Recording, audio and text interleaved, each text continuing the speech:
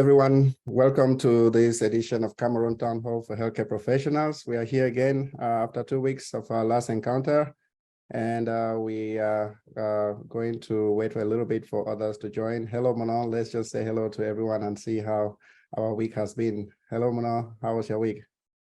Busy, Elvis. I've been covering the leukemia service, so I've been on call all week with one drama after the other. So when you're in leukemia, I'm there every 3 months, but once I'm here, it's really sick patients, and you get to the reality of life. I just had one of my patients, 82-year-old, deciding not to get any treatment. So it's always one of those things, wants to go to hospice. So yeah. And it's always a huge discussion, a family discussion. I just had a family meeting with them. So I've had a pretty tough week. Yeah, it's one of those weeks in oncology, but it's fine. So. And you, Brian, how's your week been? Oh, thanks. It's been wonderful.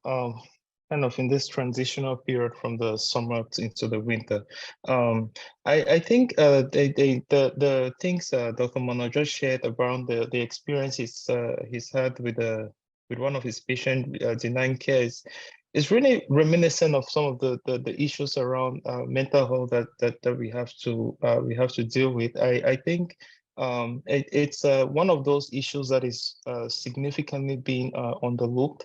The crisis that we go through, and I think partly I'm really also excited, really particularly to hear the perspective of our speaker today on this particular issues and how to deal with these issues in, I mean, not only in the US but also in our own local context in Cameroon. Because I think what Mono has shared is really reminiscent of what we are seeing, or the kind of a societal crisis that we are seeing across multiple spectrums. So I'm doing well. It's been an exciting week for myself.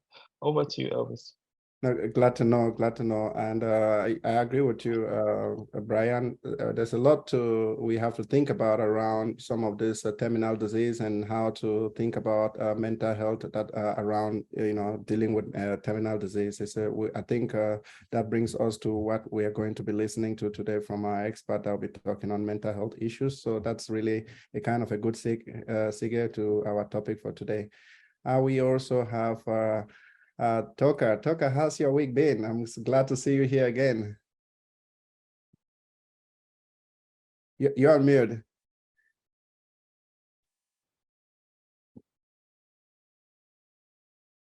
Yeah, you have to unmute yourself, Toka.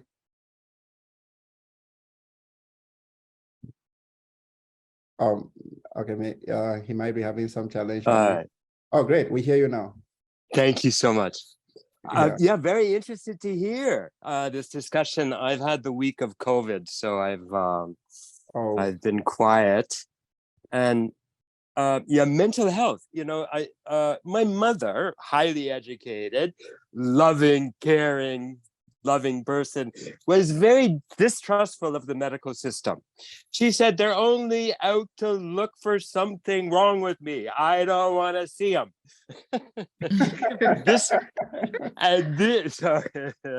Call it mental health. This was my mother, and we have a lot to overcome in helping people to access the care that they may or may not want. That's interesting. That's really interesting coming from someone who is highly educated. So that's a lot about mental health. I have one slogan. We always say emotions don't go to school. And so sometimes, no matter how educated, there are some things we have to deal with when it comes to mental health. We have Dr. Samuel. How's your week been?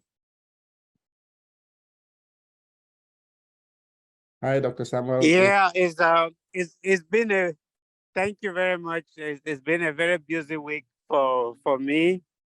It is family week. I'm actually in University of Arkansas visiting my daughter. She goes to school there.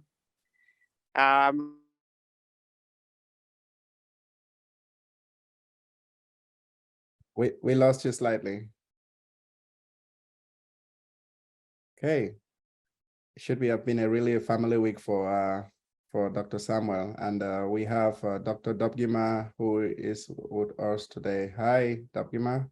Or is it Dobgima Mofo? Sorry. Oh, hello, Elvis. This is not Dr. Dob. It's not Dr. Dobgima. It's just Dobgima. Yeah, I'm glad. myself.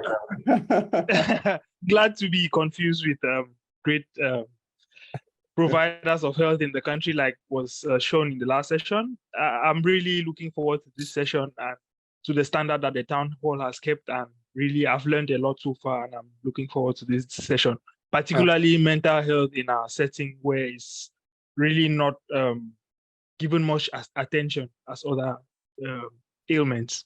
Thank you. Great. And where are you dialing in from today? I'm currently in the UK, from Swansea in the UK. Oh, great. Yeah.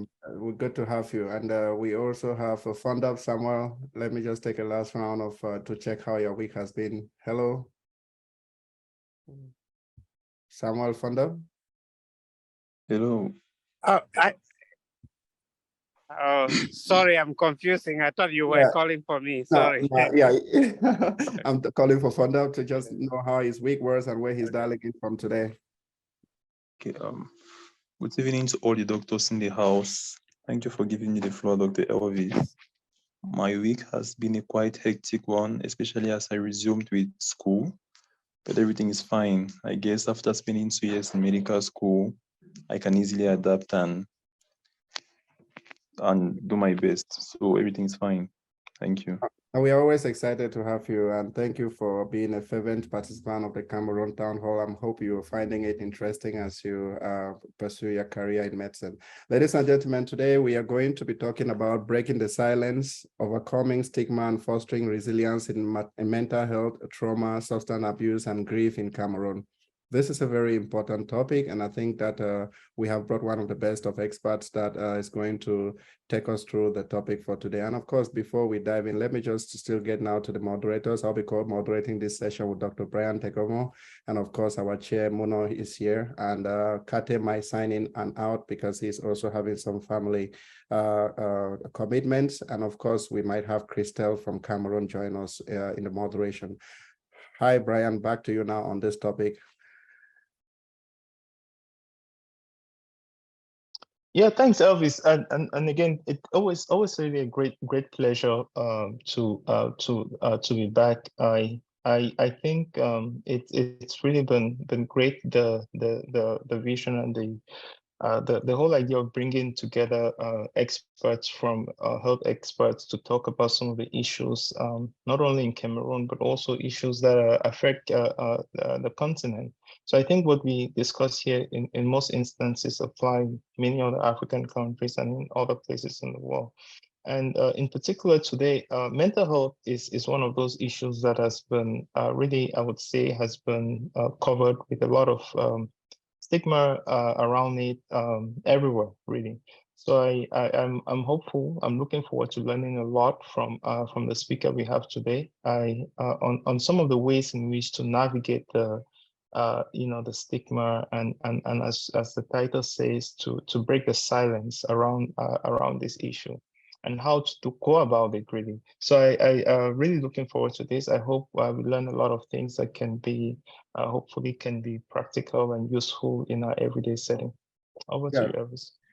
Yeah, true. And Brian, if you remember, some time back in the Cameroon Town Hall, we brought in Dr. Agwe, who was talking about substance abuse in Cameroon. And we just saw how serious the situation is and how the center in Boya and Douala is having lots of young people below the ages of 19 that are all being condemned by excessive consumption of drugs of substances. Yeah. So it's so addictive. And I just mentioned the other issue in Cameroon with the lacking the diagnostic capacity, the lack of diagnostic capacity kind of makes it extremely difficult to have a really good assessment of the epidemic of this issue around substance use, substance abuse. Really, we don't have. So we're really having some sort of like a tip of the iceberg view of what the epidemic dynamics really is. So I think it's even way bigger than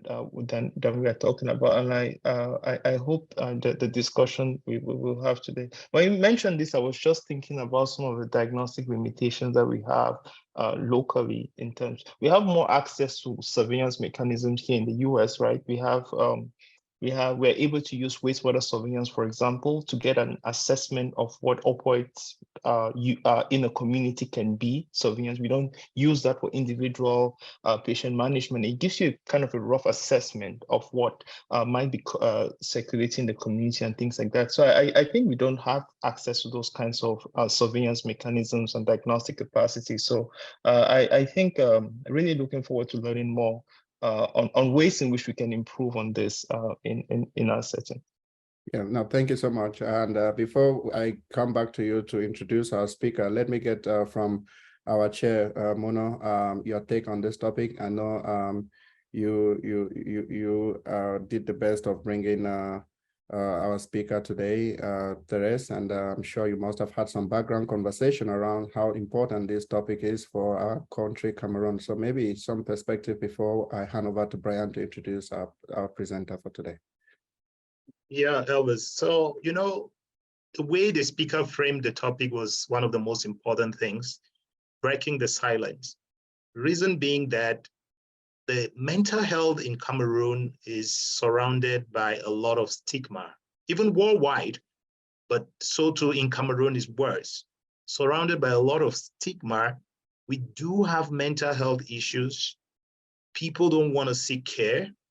Families want to hide their loved ones who are sick, and because of cultural issues. So there is a whole lot of stigma. I think it's even bigger than any other disease that is stigmatized. And because of that, you realize that a lot of these family members are traumatized. And in addition to mental health, just talking about mental health, there is a new wave of substance abuse in Cameroon. There is the use of multiple substances, the use of Toradol, the use of many other substances, and we do not actually have access to care. Neither do we have trained health personnel, neither do we have psychotherapists who are available to help. At times we have psychiatric doctors that are not enough. At times we don't even train nurses to become psychiatric nurses who can help. We don't even train psychotherapists in Cameroon. Or when we train them, we don't have enough of them. We don't even have detox centers back home. Cost of doing detox is very high. Access to all of this is really a problem. And if you find someone who is trying to bridge this gap, trying to provide access, even from the US, and trying to do all in her capacity to make sure that this neglected disease, which is far more neglected than many other things. I deal with cancers, but this is far more worse because it's one of those things that it's one of those things you say there is a hidden burden and trauma. As Brian made us understand, getting the statistics is almost impossible. So I think it's a topic worth discussing not only once, not only twice, multiple times, because we're facing a real issue. So Elvis, without wasting more time, it tells you how interested I am in this topic.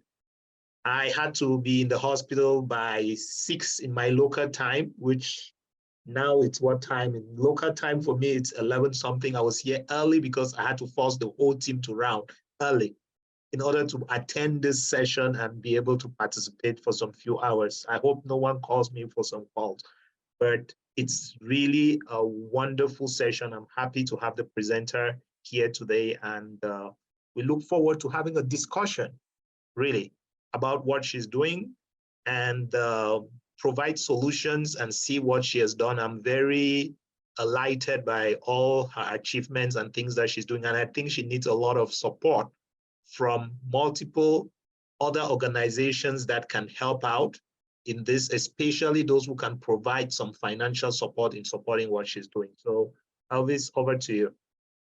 Thank you very much, Chair. Our speaker is Therese Shalo-Fuh, and the topic is breaking the silence, Overcoming Stigma and Fostering Resilience in Mental Health, Trauma, Substance Abuse, and Grief in Cameroon. Let's listen to Brian and know who Therese is. Yeah, thanks a lot, Elvis, for giving me the opportunity to introduce the speaker for today, Therese Shalo. Therese Shalo-Fuh is a licensed clinical therapist in Austin, Texas. She specializes in the areas like substance use disorders, mental health, trauma, relationships, and more. She also practices as an energy healer, meditation instructor, and the energy chakra healer, which we will hear more about today. She runs a private counseling practice called Be the Exception Counseling, and collaborates with the criminal justice system and healthcare facilities in order to provide counseling services. In addition to, she founded the Be the Exception Counseling Foundation in 2021 that offers counseling and case management services, including residential and outpatient programs. The foundation also prioritizes accessibility to and providing scholarships to less privileged individuals as well. So she's run this. I think it provides this foundation really has a wide range of activities and services from substance use disorder counseling to anger management and trauma interventions. She also supports orphanages and internally displaced populations through regular donations. So she's really been an example of those that someone that has really spent a lot of time in providing support to most of these disenfranchised groups. So really thrilled. It's my honor, Therese. We are really deeply honored to have you here today, and we look forward to hearing from you. Elvis, Therese, you can take it away from here. Good afternoon, good evening, everyone. My name is Therese, maiden name Shalo, last name Fu, married name. I am a clinical therapist. I own a private counseling practice in Austin, Texas, called Be the Exception Counseling PLC. I have been a therapist for 16.5 years. Started my journey in Cameroon working for the French and English Army as a grants writer and HIV/AIDS therapist in Yaoundé before moving to New York and then finding myself in Austin, Texas. When I went to Cameroon in 2016, I found out that we had a problem on substance use and mental health. I was actually invited by an NGO, and I offered to do it for free since I was born there and I grew up there. So I went there and I worked in the delegation of social affairs, and that's when I realized that we had a problem. I'm going to just change my background a little bit so that you can see what we did. The first thing we did in 2016, this was a group of students who wanted to understand substance use and mental health. Substance use is drug and alcohol abuse in the DSM-4 criteria. The DSM-5 criteria changes to substance use disorders, which is just medical and clinical jargon, fancy words for diagnosis. And so that hall right there that you see is a delegation of social affairs that we rented. And these students here and the community healthcare workers just wanted to understand substance use and mental health in order to help their classmates who had started the process. So in 2016, it was already serious.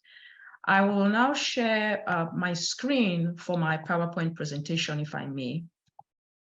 Let me go down to my slide. I'll take this down a little bit.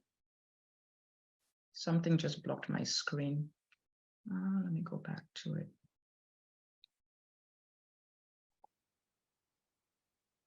And something blocked my screen. I don't know what it is. Yeah, we can see your slide. But you can see the slide? Okay. But it's not in presentation mode. I don't know if you wanted to. That's what I wanted to do. I just wanted to press, click on my button, and then something happened and all of you went on one side and covered what I had to do. But I'm back on it and I fixed it. All right.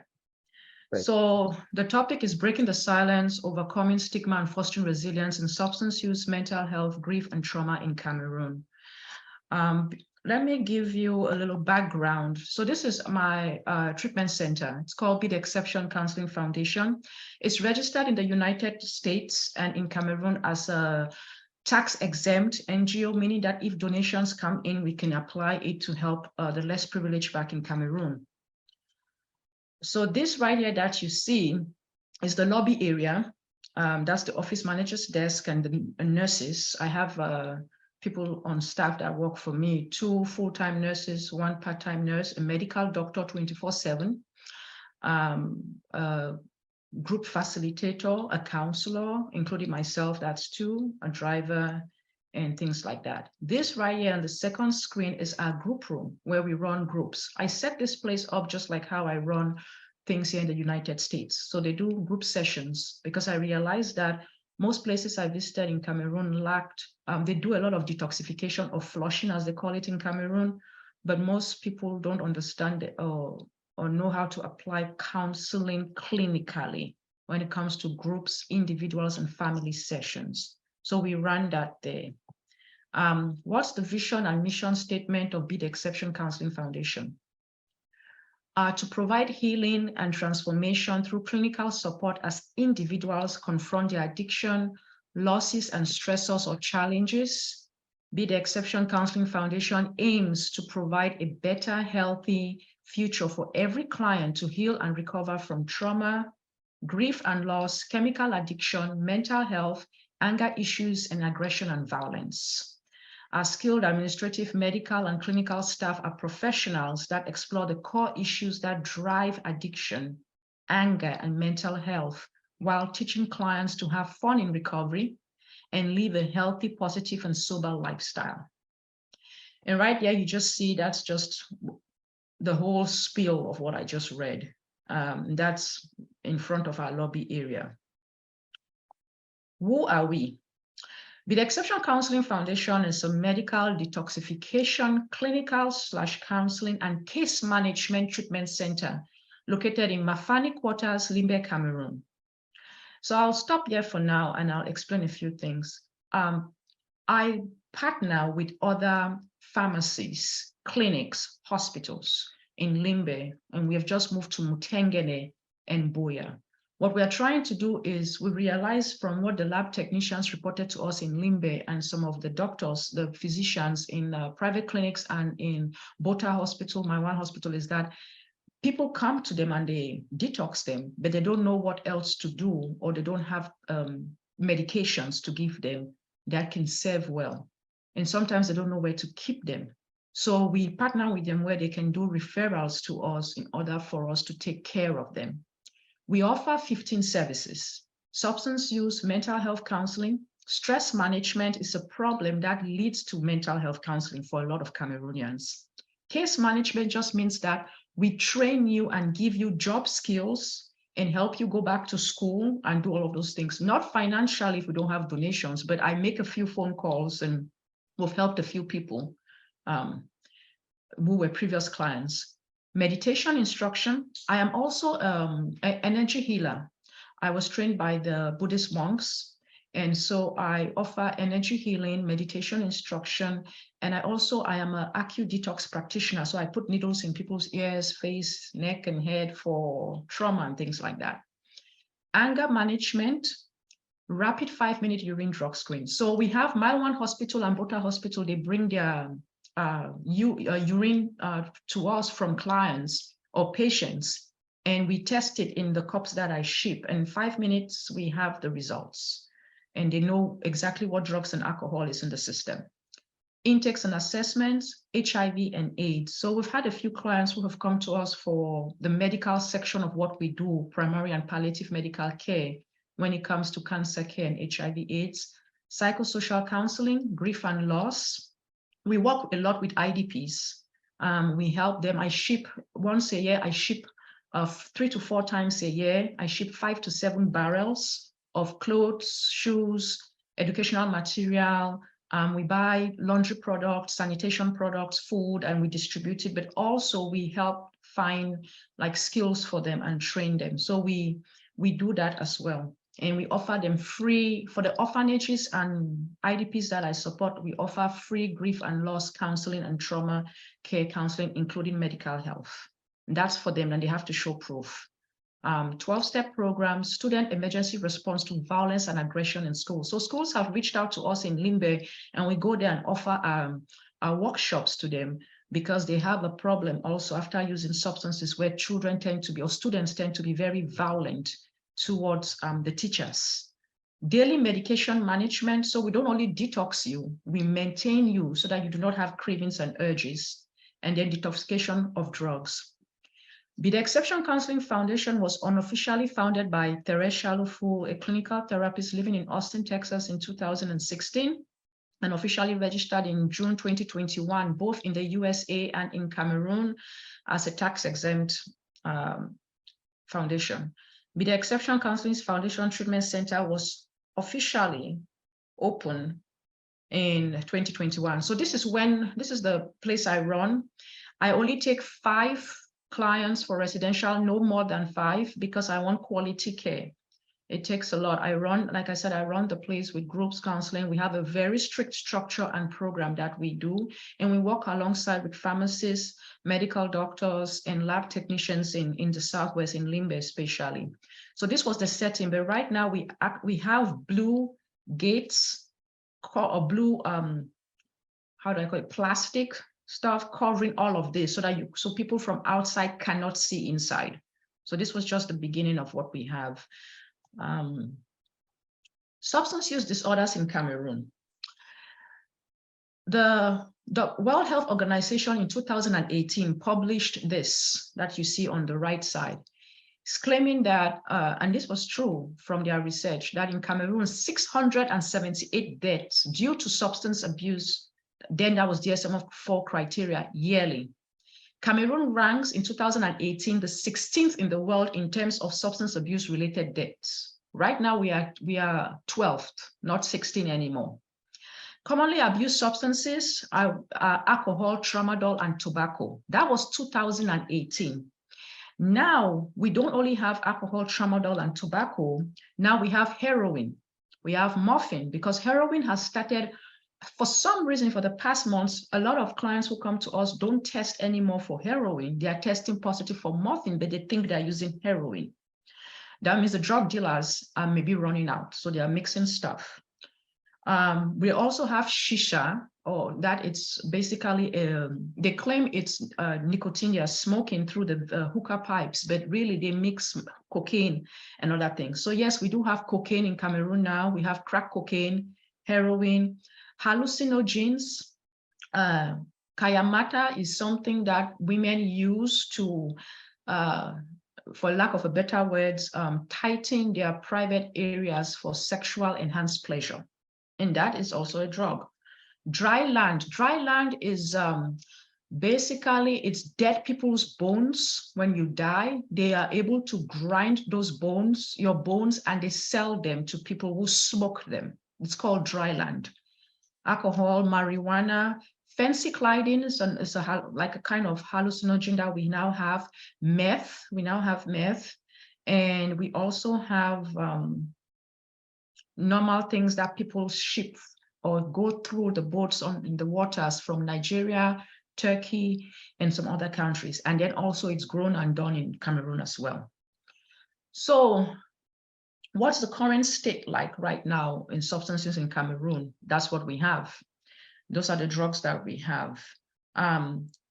Unfortunately, a lot of people need help, but they cannot get that help because most of them don't have the money to pay for it.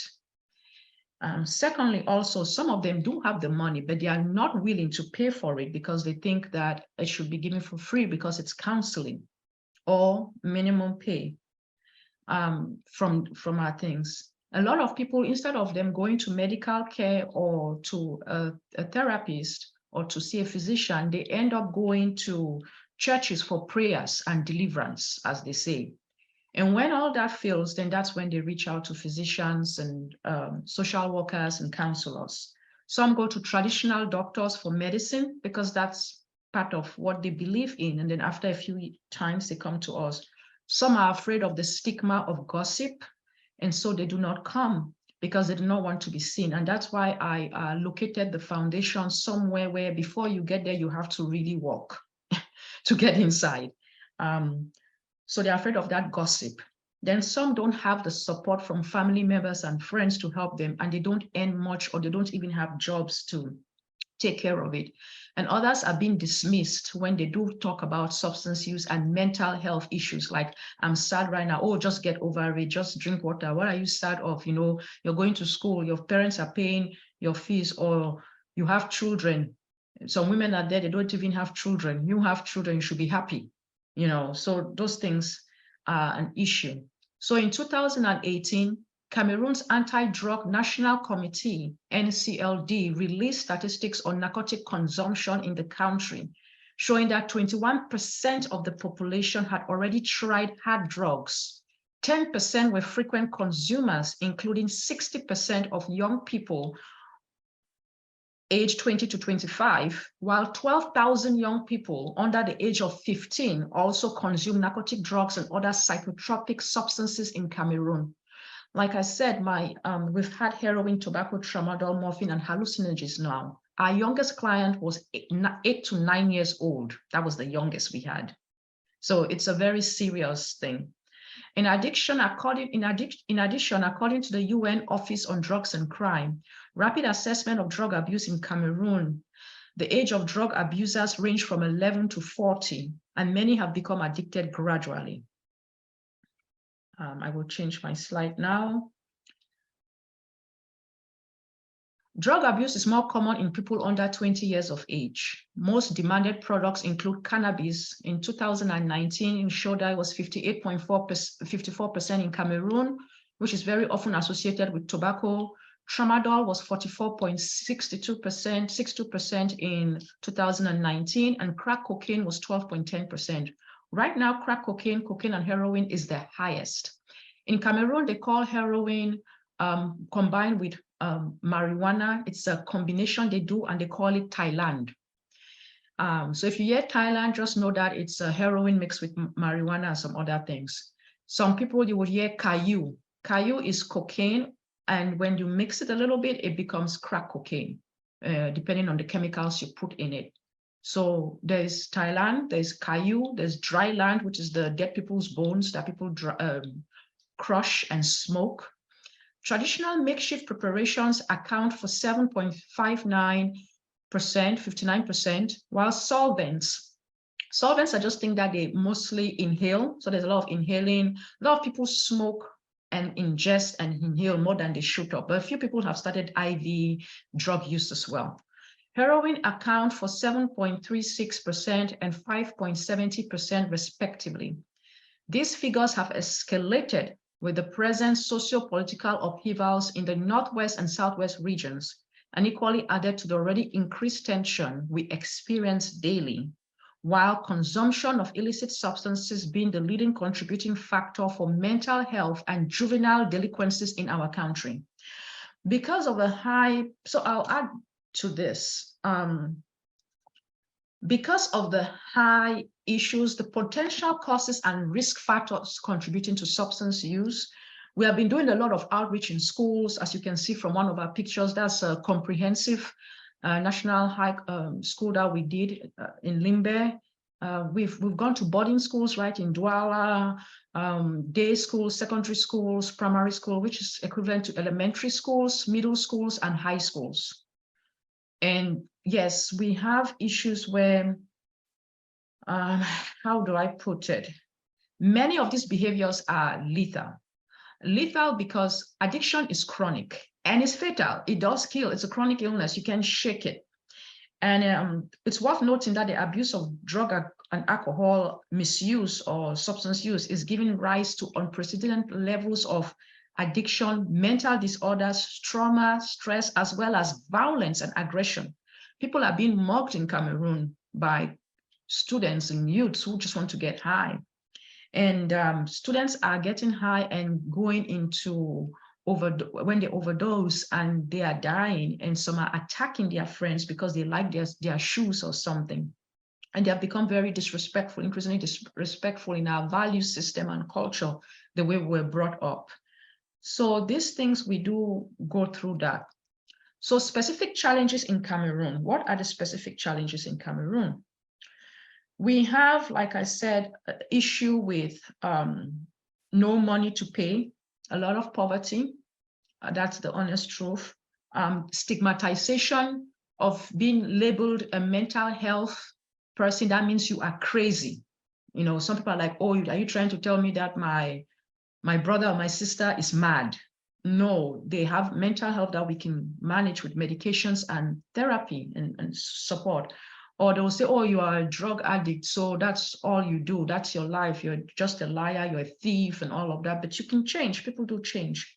And then, of course, the churches and traditional doctors that are postulating that they can cure them, they forget something. Mental health and substance use cannot be cured. It is easily managed and can be managed, and it's been effectively managed over the years. You will always be in recovery. It's like cancer. You will never be recovered, but it is something that you can live a fulfilling life if you manage it well. So we partner with hospitals and labs and pharmacists in the Southwest, where we are able to help and refer one another to people who need our services. So why is there, what impacts does it have on individuals, families, and communities? A lot of people have come to us crying because their children have not only stolen, but they have been locked up. And so they have to pay maybe 100,000, 50,000 or more to release them from jail. And that's because they have been stealing. Only also in the neighborhood, some have been beaten. I had a client last year who was 20 years of age, and he had gone to steal in the store to support tramadol use. And they had beaten him that to the point where I think they almost killed him because they doused him with fuel or petrol. So and lack of trust, lack of respect, loss of just the value of life. You know, you see the parents, you see their sisters and brothers, they are looking sick themselves because they are so stressed out and wondering where they are, if they are safe and all of that. And some of them drop out of school. Eventually, some of them become scammers, where they scam other people online to get money in order to support their drug habits. Why is there a strong need to work together to break the silence and foster open discussions and partnerships to increase awareness, address stigma, and promote resilience? This is 2023. We cannot keep on living in oh, you will be fine. Oh, you don't have a problem. Oh, look at, compare yourself with this other person. He or she is doing well. I mean, this is 2023. We need to come together as a team to stop the pandemic that we are having on mental health breakdown and substance use issues. To piggyback on what one of the moderators shared when he was talking, I think it's Mr. Dr. Tegomo. Yes, you are right. There is a lack of diagnosis. I've had cases where some people come to me and I ask them for their clinical, like wherever they came from, abroad or whatever, or in Cameroon, and they bring it in and they don't know exactly what they have or what they have been diagnosed with. And so we have to, you know, do the process all over again. So that also enhances, maybe holding workshops, training one another, visiting each other can help increase and promote that, because substance use does have co-occurring disorders of mental health and all of that. Now, we don't only have students and youths going through this issue. We have bike drivers. And so my staff go out and they sensitize bike drivers. A lot of bike drivers don't sleep. They're trying to make money to take care of their families. And some of them have left their families in Bamenda, Bafoussam, and all these places to come down to the Southwest. Limbe and Boya are very populated now with them. And most of them are on tramadol. And they're on hardcore liquor that is locally made and added with other substances that it doesn't become pure alcohol again, if I can say something of pure alcohol or not. And so you see, we've met men who haven't slept for 48 hours, 72 hours. And that increases risk of safety for them and for others. We also have chantier workers. Chantier workers are just construction workers, those who work and build homes and companies and all of that. Most of them are on Thailand, which is heroin and marijuana again, and some other things. Now people are testing for phencyclidine and morphine and thinking that it's Thailand. Some of them are on shisha, they smoke shisha. Some of them are on cocaine. And we also have clergy. We've had a few pastors come through our program in privacy who are suffering from alcohol or marijuana use or even Thailand use. We have professionals. We've had attorneys come through our foundation, treatment center for treatment. Like I said, we keep everything private, but we've had lab technicians, attorneys, medical doctors even who have come to us for treatment. We also have bus and cab drivers who go through this. Cab drivers, cab is a taxi. So what are the key issues? Like I said, the key issues is a lack of awareness.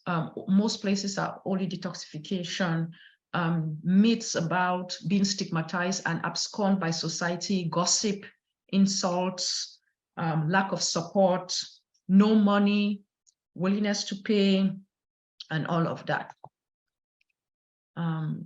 Mental health in Cameroon. HERO, Health Education and Research Organization, in 2019 or 2020 published this. They said 264 million people are affected by depression in Cameroon. 700,000 people die every year from suicide. Now, we've had a few students from the University of Buea come through us, and they have been having suicidal thoughts. And some of them actually have tried to cut themselves. Some of them have tried to harm themselves. Some of them have used drugs in order to kill themselves to that point.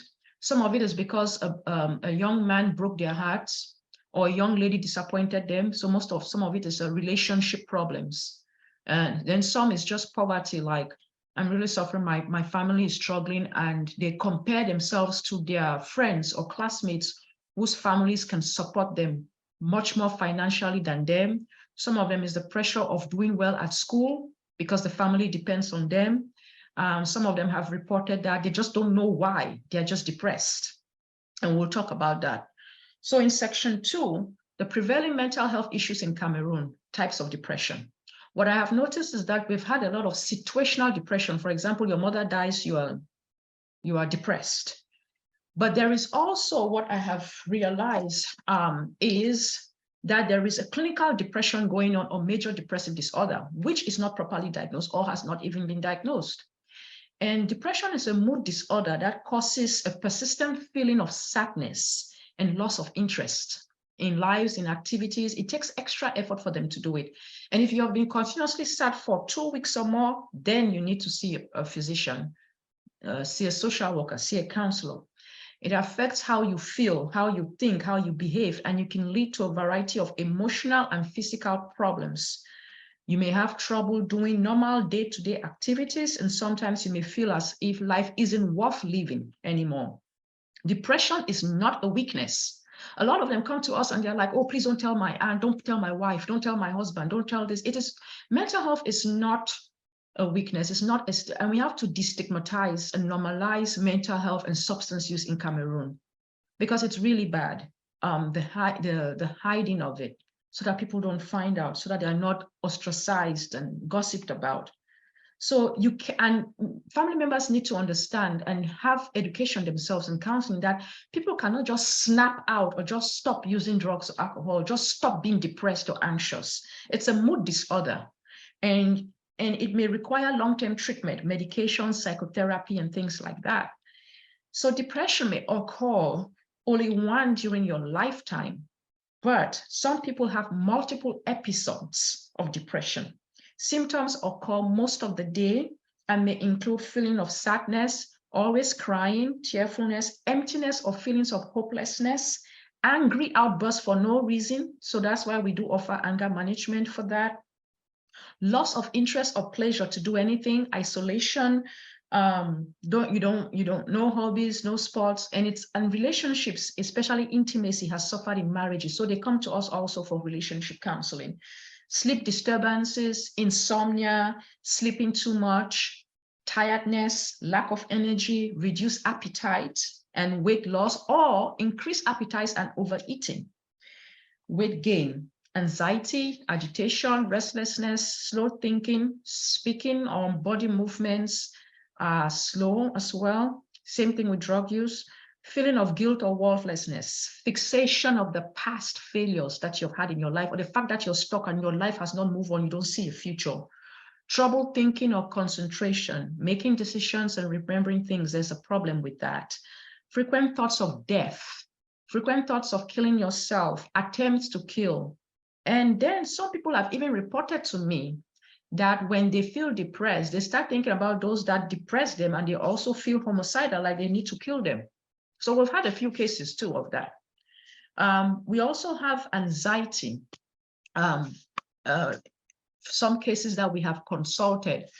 And anxiety, basically, we have realized that a lot of Cameroonians that have come through our program have what we call generalized anxiety disorder, which is excessive anxiety or worry for months. And they get easily exhausted, they're difficult again in concentration. Sometimes they don't even remember stuff, their minds go blank.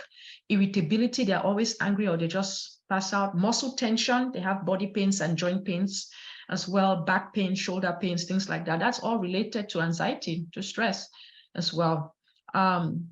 Work and money may tend to stress them because there's no work and money. Post-traumatic disorders. Now, we've worked with a lot of IDPs and just normal people, tailors, the ladies in the market and things like that. And some of them have trauma, post-traumatic stress disorder. And these things don't have a timeline. They cannot just stop. They have gone through a lot. And some of them have to abuse drugs. So we've had IDPs that's internally displaced people who have been displaced due to the war or civil crisis that we are having in Cameroon for the past, I think, 8 years or so. And some of these women now go into prostitution to maintain their families, to help with their children. And in order to prostitute, they have to take alcohol and Thailand themselves so that they do not feel the displeasure of doing what they have to do against their value system just to take care of their children. So we don't only provide all these things that we ship for them, we try to also give them skill sets or link them up with foundations and other NGOs that offer that kind of help where they can train them through case management to better themselves. What is the impact of mental health issues on individuals, families, and communities, including economic and social consequences? So I put all these questions so that we can really reflect on how we can come together and help our people, our brothers and sisters, our friends who are going through this. And even strangers, they don't have to be related to you to be able to help them. Why is it important that healthcare providers work with social workers and counselors to integrate mental health services into the overall healthcare system and promote mental health awareness and education? It is very, very important. I have a diagram here. Unfortunately, I didn't put it on the PowerPoint, but it's called trauma responses. And what trauma responses are is there is what we call flight, fight, freeze, fawn, and float. So you have people who have been stuck in the war, who have been arrested, who have been attacked and all of that. And you see them, they are going through anxiety, panic attacks, obsessive compulsion disorder, like everything has to be clean, everything has to be neat, everything has to be a certain way. They go through a lot of sadness. They sit by themselves. They judge people a lot. They sometimes may bully, difficulty in making decisions, shut down. They're exhausted, basically. They are overwhelmed. And these are all signs that they are going through what we call trauma responses. And I think it's up to us to help them. This is part of my center. This is the veranda of my treatment center. And I was visiting Cameroon. I come to Cameroon twice a year. And I was just talking to, we do free medical and counseling health fairs 3 times a year. So this was part of what we were doing. Trauma and grief. So this picture here, we offer, like I said, free medical care for orphans. So this orphanage was visiting us that day for their free medical care for the kids. This is part of my staff. What are the sources and consequences of grief and trauma, including experiences related to conflict, violence, displacement, and loss? It hits very close to home. I personally, because growing up, my dad was part of the SDF, Social Democratic Front political party, and we went through our own stuff. And so, I took this very personal. My mom would, go out with me, and we would help people who were suffering from that. Grief is something that comes to all of us. It could come in the form of a loss of a job. It could come in the form of no salary for 6 months, 3 months, 2 months. It could come in the form of a child dying, your own child, a niece. It could come in any form. Grief and loss is sometimes unexpected. And when it comes hard and it comes heavy. And then we also have trauma. And trauma, again, doesn't have a timeline. It's a response. But trauma sometimes starts from childhood. And childhood, the impact of childhood trauma affects your physical health. Sleep disorders, eating disorders, poor immune system functioning, medical conditions such as cardiovascular disease, shorter lifespan. It comes emotionally, difficult in your concentrating emotions or regulating your emotions, shame and guilt, excessive worry. It comes in relationships and friendships. It comes in mental health, depression, anxiety, negative self-image, suicidal rates. It comes in behavior, how you act towards people and yourself.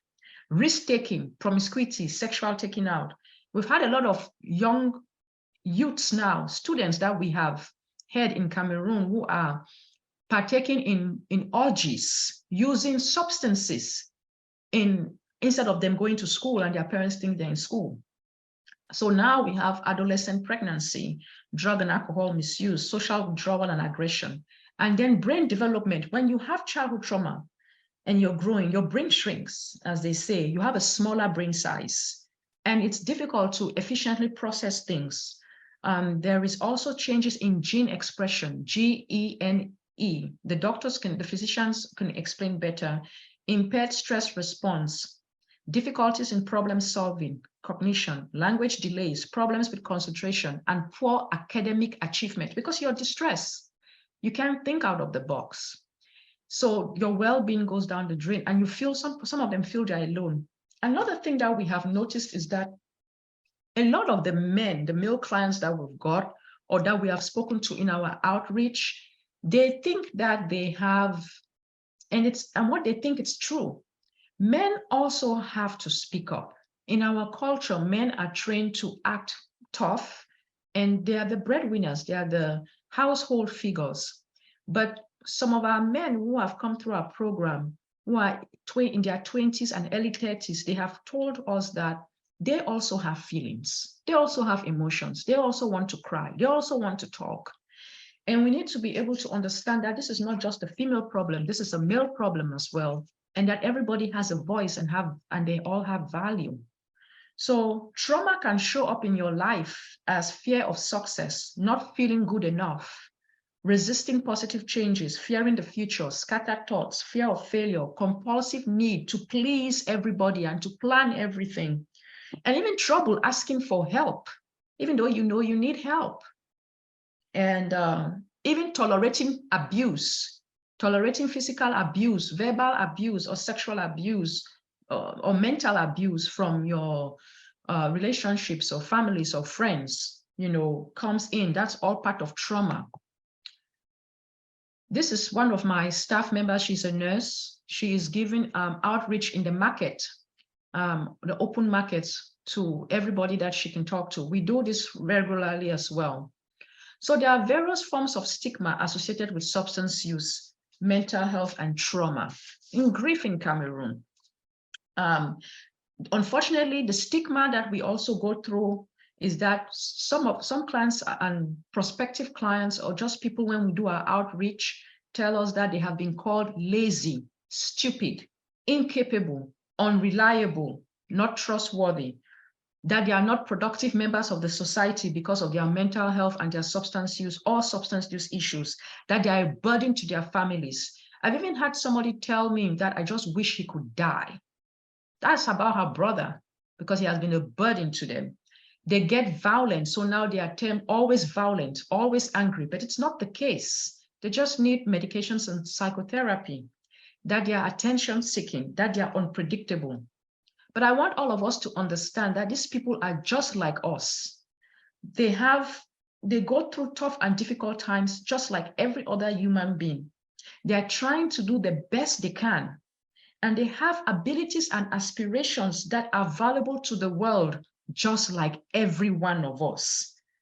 They are going through tough and difficult times, but there is hope if we come together to help them.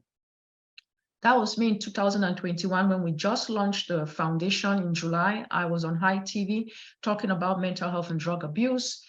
I was talking about the importance of resilience in overcoming challenges related to substance use, mental health, trauma, and unresolved grief and loss. It is important that we understand that if we come together and we apply tools, strategies, medications, a listening ear, we will help our people overcome substance use and they're in recovery. We've had clients who are now school teachers, IT technicians working in Douala. The pastor is back in church, preaching again, in Yaoundé, where he got a new job. We have people who are managing their substance use, and we regularly drug test them if they are in the Southwest. Do we call them at random to show up and still get drug tested and alcohol urine drug tested? And so we give them medication still, we still, stabilize them and make sure that they are okay. And they come to us once a week now for counseling. The role of evidence-based approaches and interventions is a must in Cameroon. We desperately need that. We can't just see somebody and just assume what they have and prescribe or give them as what some people have told me that they have gone through.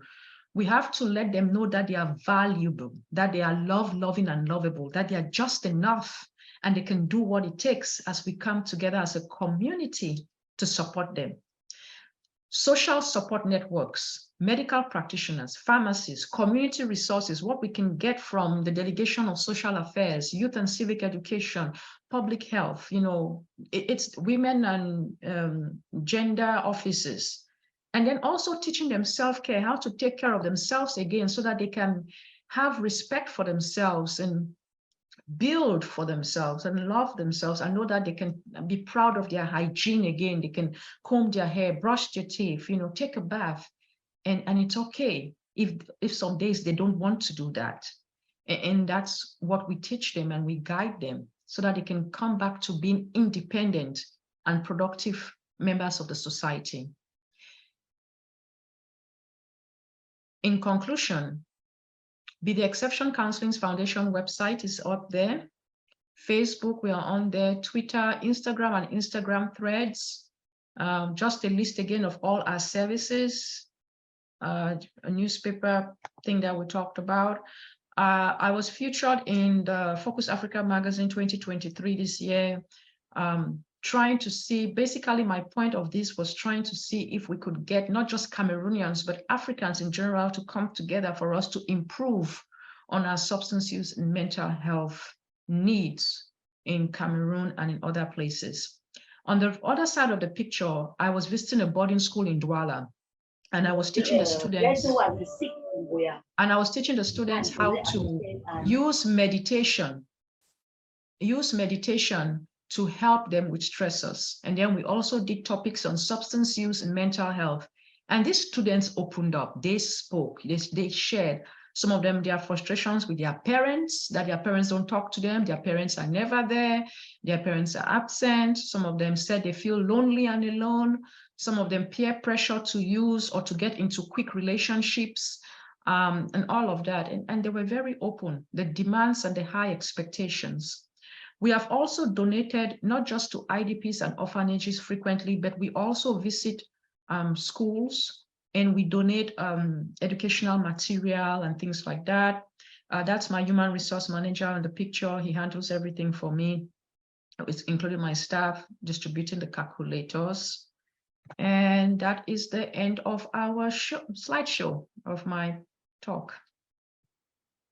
Wow, this is amazing. Thank you so much, Therese. This has really been a great presentation, and I've listened and learned a lot from you on the amazing work you're doing in Cameroon, and also just discovering even more than we thought the high burden of substance abuse in Cameroon, as well as just the gravity of mental health in Cameroon. And just like our chair mentioned, this is a really, really neglected disease in our country, and we need to really break the silence and get to work to really see what we can do to solve this problem. And I think it's been a really, really wonderful presentation.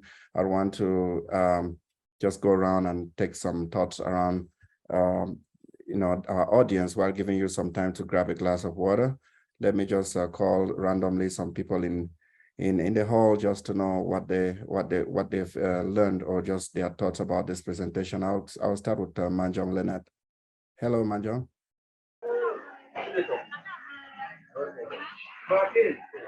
Yes. Yes. What are your thoughts about the presentation?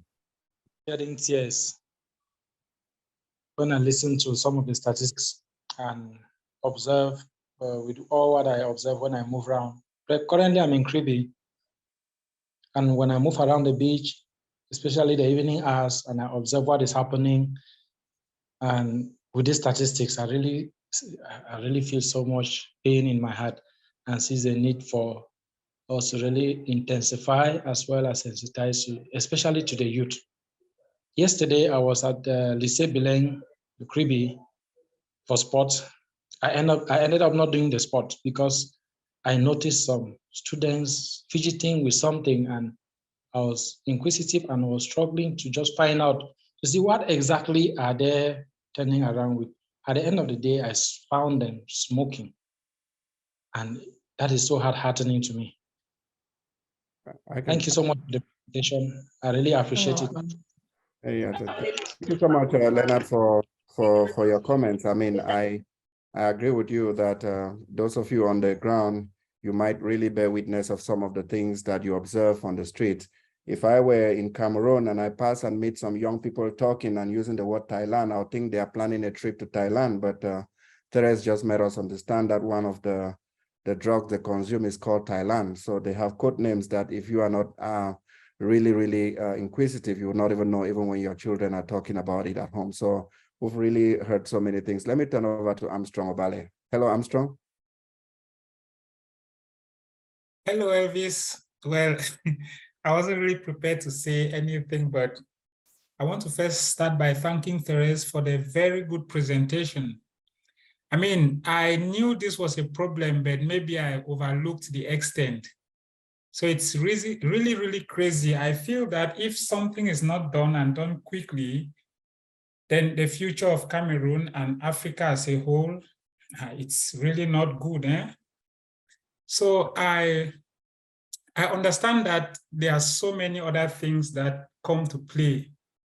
Poverty, frustrations, lack of resources, people going to school and not having anything to do after that, while the cost of living keeps increasing. So while I listened to the presentation, I asked myself, what can we do? Are there other things we can do to make sure that we at least limit the extent to which the young people are getting into all of this? So maybe this is a food for thought. But Therese, thanks very much. I really appreciate the stats and the work you're doing. Yeah. And thank you, Armstrong. And where are you dialing in from? I'm dialing from Durham, North Carolina in the US. Thank you very much. And you agree with me that we also have a huge drug problems in the United States. We are fighting fentanyl that is being imported every day from China, and the government of the United States is fighting this very hard because so many children, even here in the United States, are dying from fentanyl consumption. And so this is a global issue. It's a big problem, not just in Cameroon. A lot of countries are facing it, but we have to think about how do these kids get access to these drugs? Cameroon used to be a transit route for so many of these drugs, cocaine, like a transit port, but now it's become a destination, because when you're a transit route, a lot will remain. When the drugs are passing in transit, some will remain in country. And so now it's no longer just a transit, but actually a destination for a lot of this drugs. And so while we get some of these comments, I want to get back to Kenji. Dr. Kenji is in the house, and I want to ask Kenji, I know you've given some lectures in the past on bioterrorism and just how countries can look at how to prevent their countries from attack using biological weapons. When you look at the issue of drugs and the fact that it's targeting our young people in Africa, do you see that there could be some intentionality in destroying the future of African youth? Can this be categorized under some form of bioterrorism? Or what is your take on why suddenly some countries and their young people are being targeted with drugs, or why is the circulation of drugs so easy in Africa? Well, thank you so much, Elvis. You will bear with me that it's not something that is peculiar in Africa. This is a global problem that requires some kind of a global solution as well. Even in the US, you will bear with me that right along the Mexico border and all the like, drugs still come into the country and all the like. As we declare epidemics and pandemic, I think we are only focusing on the infectious agents, not realizing that things like these drugs also can become an epidemic for us to take response to. I just feel like as health professionals, me included, we tend to pay a lot of emphasis, as I said, on the infectious agent. It could be COVID, right? The whole world comes together to fight it. It could be influenza. The whole world comes together to fight it. But when it comes to drugs, I feel like it is highly neglected in terms of some political will to be able to fight it. So what I really want to see is, for our leaders, me included and everybody, for us to galvanize our voice together to make it known that, hey, this is an epidemic. This is a public health emergency that requires some urgent actions from all the leaders. Thank you so much.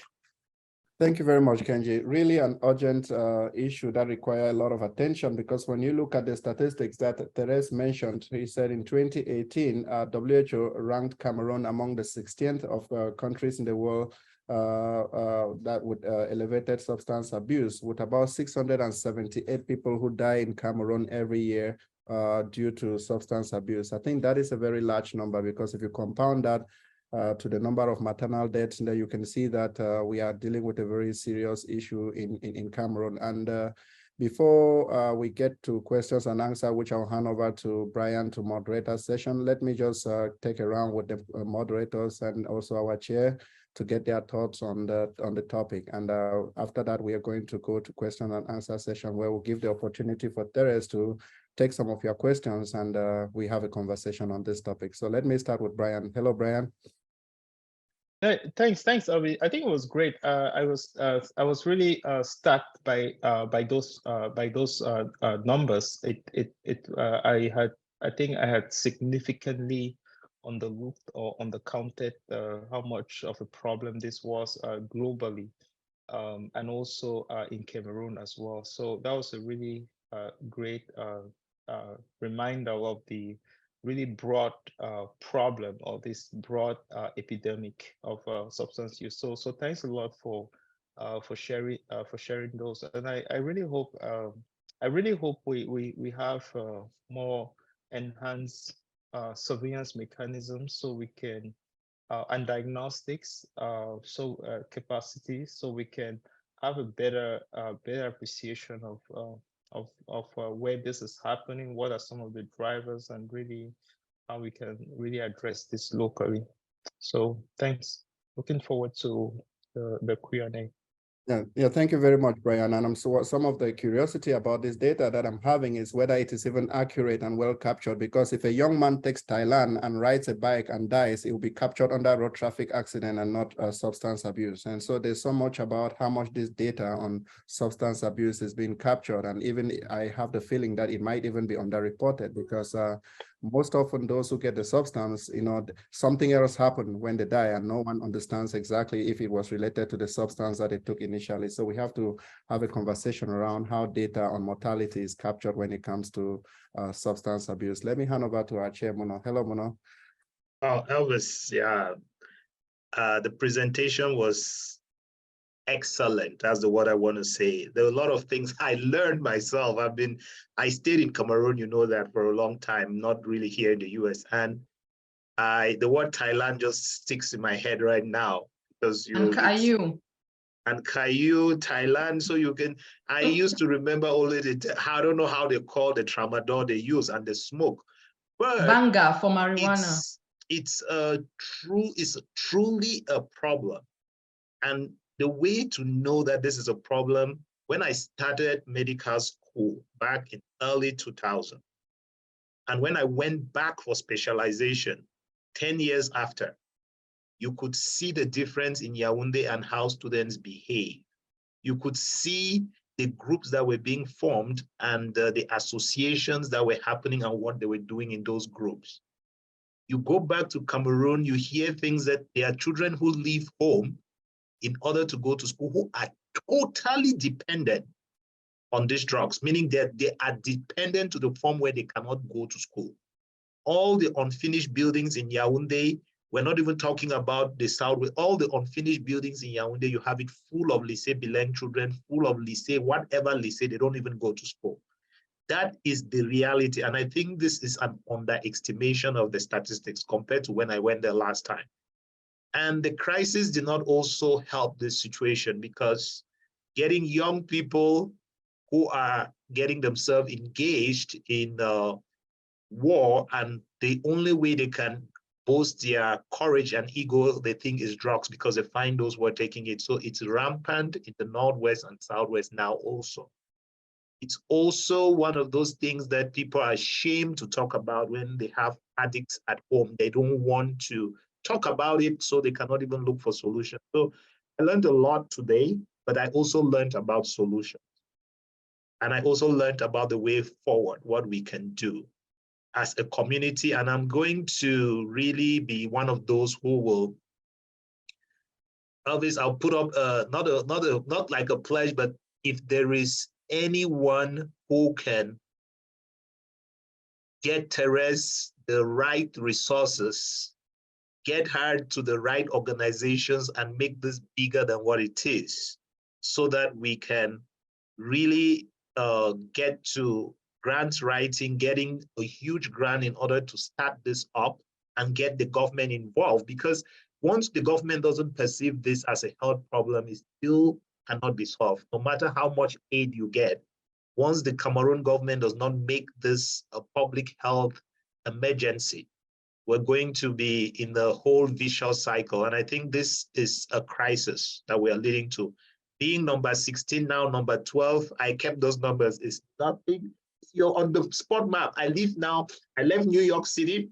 I'm now in Albuquerque. The only thing people know about Albuquerque are three things: is drugs, balloon festival, and maybe know about some of the, but it tells you exactly that it's a global problem, as we all said, but the problem is in our doorsteps right now. We have our kids you cannot control. We have our children back home, our brothers and sisters. We have even those who are physicians. We have people who are in the government who are all using these drugs and need help. So Elvis, that's the little I have to say, but it was a touching presentation. Thank you very much, Mona. We all heard from Therese that they have had clients that are medical doctors, they have had clients that are government officials, they have had all sorts of clients. So it spares nobody. And we've also had situations where parents have had their children go through detox, and their next worry is, where do I take my child after detox? Do I take the child back to the same village where the child came from, to the same home where the child came from? Then what about just going back to the same cycle of addiction? So what do you do when someone has even finished detox? How do you get them out of that environment? Which other environment is safe for them if there is access of drug everywhere in all the towns and cities in our country? So this is a very serious issue, and I take this opportunity to hand over this other section of our town hall to Dr. Brian to moderate the question and answer and conversation for today's session. And once again, thank you so much, Therese, for this excellent presentation where we engage in discussing with you. You're welcome. Thank you. Thanks, Elvis. Thanks a lot. And again, thanks a lot, Teresa, for your presentation. I thought that was a very insightful presentation. I think you provided a lot of context and gave us a lot of food for thought, gave us a lot of things to think about. So thanks a lot for really a great presentation. And many of the audience here are also healthcare professionals in one area or the other. So it'll be great to have or to hear perspectives from others as well. Those who have questions or additional contributions that they would like to make. The goal really is to make this discussion more solution focused, more open and solution focused, so we can find very solutions to very specific issues, something that we can take away from this discussion today. So let's try to make the exchange a solution focused dialogue as possible. So if you have questions, you can raise your hand. You can use the Zoom feature and raise your hand, or you can also put some of those questions in the chat, and then we will try to monitor those and see how those are evolving as well. So that's just what I wanted to say. But to kick off the Q&A, Therese, I just wanted to start off the question and answers to by asking you this: what are some of those according to your perspective, what are some systemic changes that you think need to happen for us to reduce the stigma that's surrounding mental health, or whether it's substance abuse, or it's grief, or it's trauma? What are some systemic changes that you think needs to happen for us to advance as a society in addressing these issues? And I really also want to hear about your, from your experience and your research, I want to hear about what you've seen or what you've heard from other countries in terms of best practices or innovation and things like that, that we can learn from, that could help with mental health care in Cameroon in general. Over to you, Therese. Okay, thank you so much for that question. First thing I would say is training starts from home. We as individuals should be able to open our ears to our family members and friends who confide in us and not shun them away, because that's the issue I've had. When I visit people in Cameroon, they invite me for private sessions in their homes because they're afraid to come to centers, right, or hospitals, is that they have not been heard or listened. If we can just open our doors and listen to them, that will help start destigmatizing and normalizing mental health and substance use or trauma or crisis across the board. Second, also, I would say is how we can help is working together as partners. Because the thing is that a lot of us prioritize things that are not important. That's what I've also realized. For example, my biggest car, what is my biggest cell phone, the most expensive dress that I would wear. That's what I've realized for some people who have told me that they would rather buy another car than to bring their brother, sister, cousin to my center because we are too expensive, or the hospital is too expensive, or the person will not change because after all, this is the 4th treatment center they have been to. So we're also realizing that it's not about what we are spending, it's about the relationship and the love and concern that we have to show this person so that they can be back to normal in a sense. I was invited to Kenya last year, and I've also been invited to Uganda recently. They also have a struggling problem with drug abuse. We've had clients from Ghana who have come to us, and we've had Cameroonians who went to Ghana and they have come to our center when they return back to Cameroon. What I will tell you is that this is the same thing that everybody's going through. We are trying as best as we can to work, even them in Kenya and the clients that we've had from Ghana, the treatment centers that we talk to when they send them over.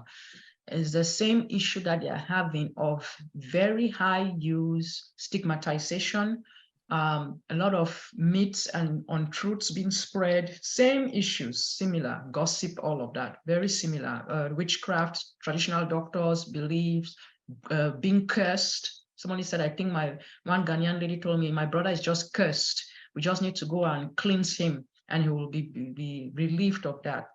So those things too are kind of similar, but I'll tell you that Kenyans, from what I've seen, are kind of way advanced than us. They are tackling it head on. They have more treatment centers that are holistic. Just like me, right? We look at meditation, Acu-Detox, and all these things I do. I do hypnosis too. I'm a hypnosist, an energy healer. They also do all of that too.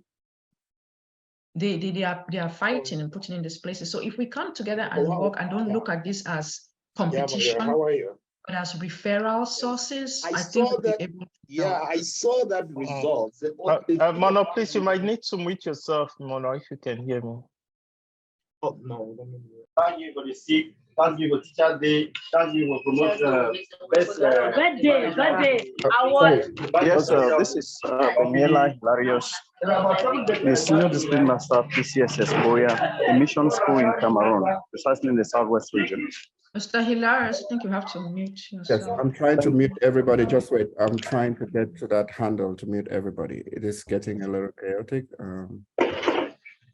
Okay, thank you. I am so moved by the presentation and empowered and equipped as a discipline master to handle issues that concerns drug abuse and mental health.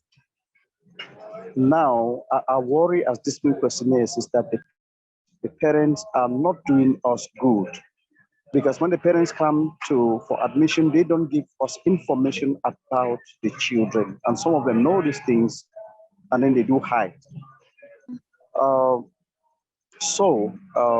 To carve out this in school milieu, it is important that the parents should not be shy to share certain information about.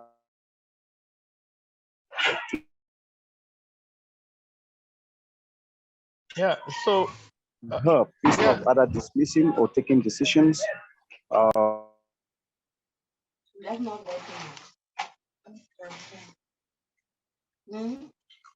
Dr. Mono, if you could make me a co-host, I think that would be helpful, so I can appropriately mute those who are not. Yeah. So that. Yeah. So that is. Then how do we carve out peer influence? You know, to be sure that the one who is already an addict should not influence the others in the school environment. Elvis, my suggestion, if you're as the co-host, I'll suggest that if you can remove the person and then we can bring them back later. Yeah. I'm trying to do that. Okay, sir. So that's my main worry and how to go about it as a discipline master. Okay. Again, I really apologize for that, Therese. It's sometimes a bit chaotic. Sometimes when we have Sarah, but I think the person, although he wasn't following protocol, was bringing up some very pertinent issues, because he's from what I understand, he's a discipline master in a school. So I think they have a very big role to play. And the kinds of students or the demographic of students they cater towards, mostly those that share the largest burden of this epidemic. So I thought, even though it was in a chaotic environment, he was trying to send across some very salient points. But I just wanted you to conclude with what you were saying before we move on with the Q&A. I was just, he's right. A lot of parents.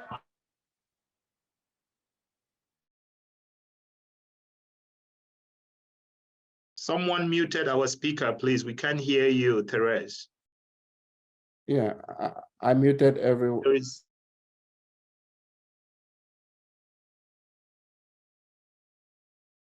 No, she can unmute herself. Okay. Yeah. So we also have that issue, and he's right with the schools. A lot of parents hide to protect their children instead of talking about the fact that they are doing drugs, or they have suicidal thoughts, or they are depressed.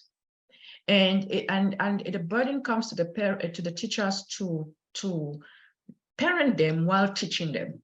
And sometimes we've even had cases in schools where they've had aggression and all that and violence, where it's because the parents are supporting their children instead of listening to the teacher. So they gang up against the teacher as the bad person. So he is right.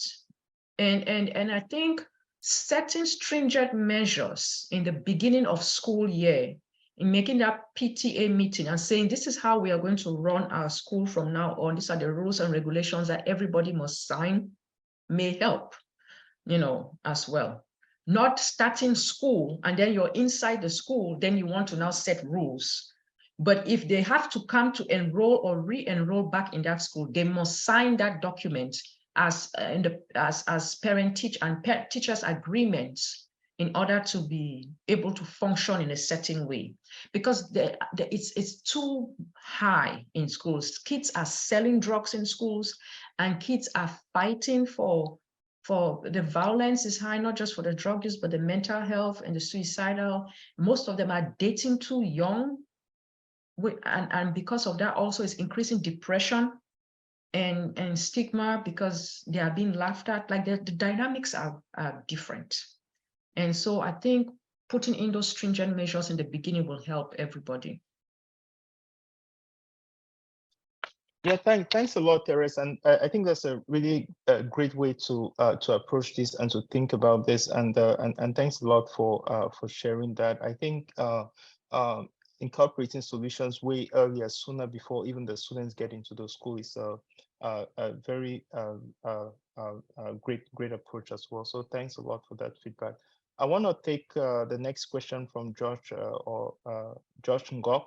Josh Ngok, what's you? Yes, it's George Ngok, yes. Hello? Yes. Yes, can I go ahead? Yes. Okay. Yes, I want to really thank Therese. In fact, her presentation is really be appreciated by some of us. In fact, if there's an English word that I can use, I would say that I'm really bamboozled by these statistics. Honestly, in my mind, even as a medical practitioner, I didn't know that the situation was this bad in Cameroon. It's like, I think we are really, I know other problems are important, like cancer, for example, but I think this is an area that we should really look into seriously. It's really bad. And I'm also talking from the perspective of staying in the Northwest. And when I look at the situation here with the conflict or the political crisis, things are getting really, really bad. So, and I want to really appreciate the work that Therese is doing down there in the Southwest. In fact, I didn't know that that kind of work is even going on in Cameroon. In fact, I'm really impressed. So I'm just wondering, Therese, this is just a question. The next question, leads me to the next question. Have you had any thoughts about extending such services to the Northwest? Because here I talk about the Southwest. Sorry, I'm specific about Northwest and Southwest because I know these are the two regions that are being affected. It's a good question. It's a good question, Yes. Sir, Doctor. Yes. It's a good question. I've actually visited Bamenda several times, but I'm always in Bamenda. Whenever I'm in Bamenda, because my husband is barefoot, so I'm always in the village to go see my mother-in-law. And yes, I do. I've noticed that it is high, but we've had clients come from Bamenda to us in Limbe. The reason why I don't want to open it just yet is because we don't even have clients because of the stigma and the negative beliefs about mental health and substance use. People are afraid to come. So sometimes my treatment center is empty, nobody in there. And we have done advertisements, many advertisements, TV, radio, newspapers, Facebook, all kinds, but signboards are even up right now in Boya. I even did some radio shows that they sent to Hot Cocoa FM radio in Bamenda and all these places, so we do it constantly, but I think with this field, nobody really listens to us in all the things we offer, all the 15 services we offer, until they need that help. Then you see them rushing to find it.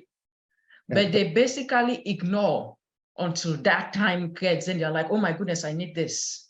And so my point is, it's just like Shishong and all this, the Kidney Heart Center. It doesn't matter where you are. What matters is what you're offering and the quality of what you're offering. And people will come to you, you know. So that's how I look at it. Yeah, but Bamenda, those few things I've gone to Bamenda, those gunshots flying one time. I'm not going to open yet.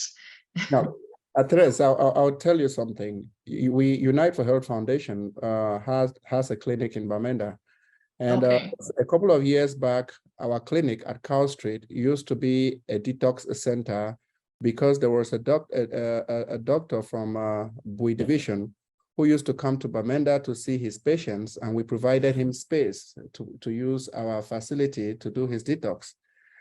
He did that for a couple of months and almost years, and I can assure that what you are saying is true, because that led to the collapse of Unite for Health Foundation Clinic, because everybody started calling that clinic Mad People's Their Clinic. And I was always having meetings with the staff, and I think Toka is here, one of the board members of Unite for Health. You agree that we are almost thinking of shutting down the clinic because they have no patients. They go there now, they have no patients. And we have been having a meeting with the nurses and asking, why are you guys not having patients? Why are people not coming to your facility? Your prices are fair enough. It's a non-profit. They said, no, because there is a stigma around this place. Where is the stigma from? It's because of that doctor who used to bring those patients here for detox and all that. So people say it's a Mad People's Clinic. So patients with malaria, pregnant women now, and other people that could have benefited from the facility, the stigma around the facility has sent patients away. They call it Mad People's Clinic.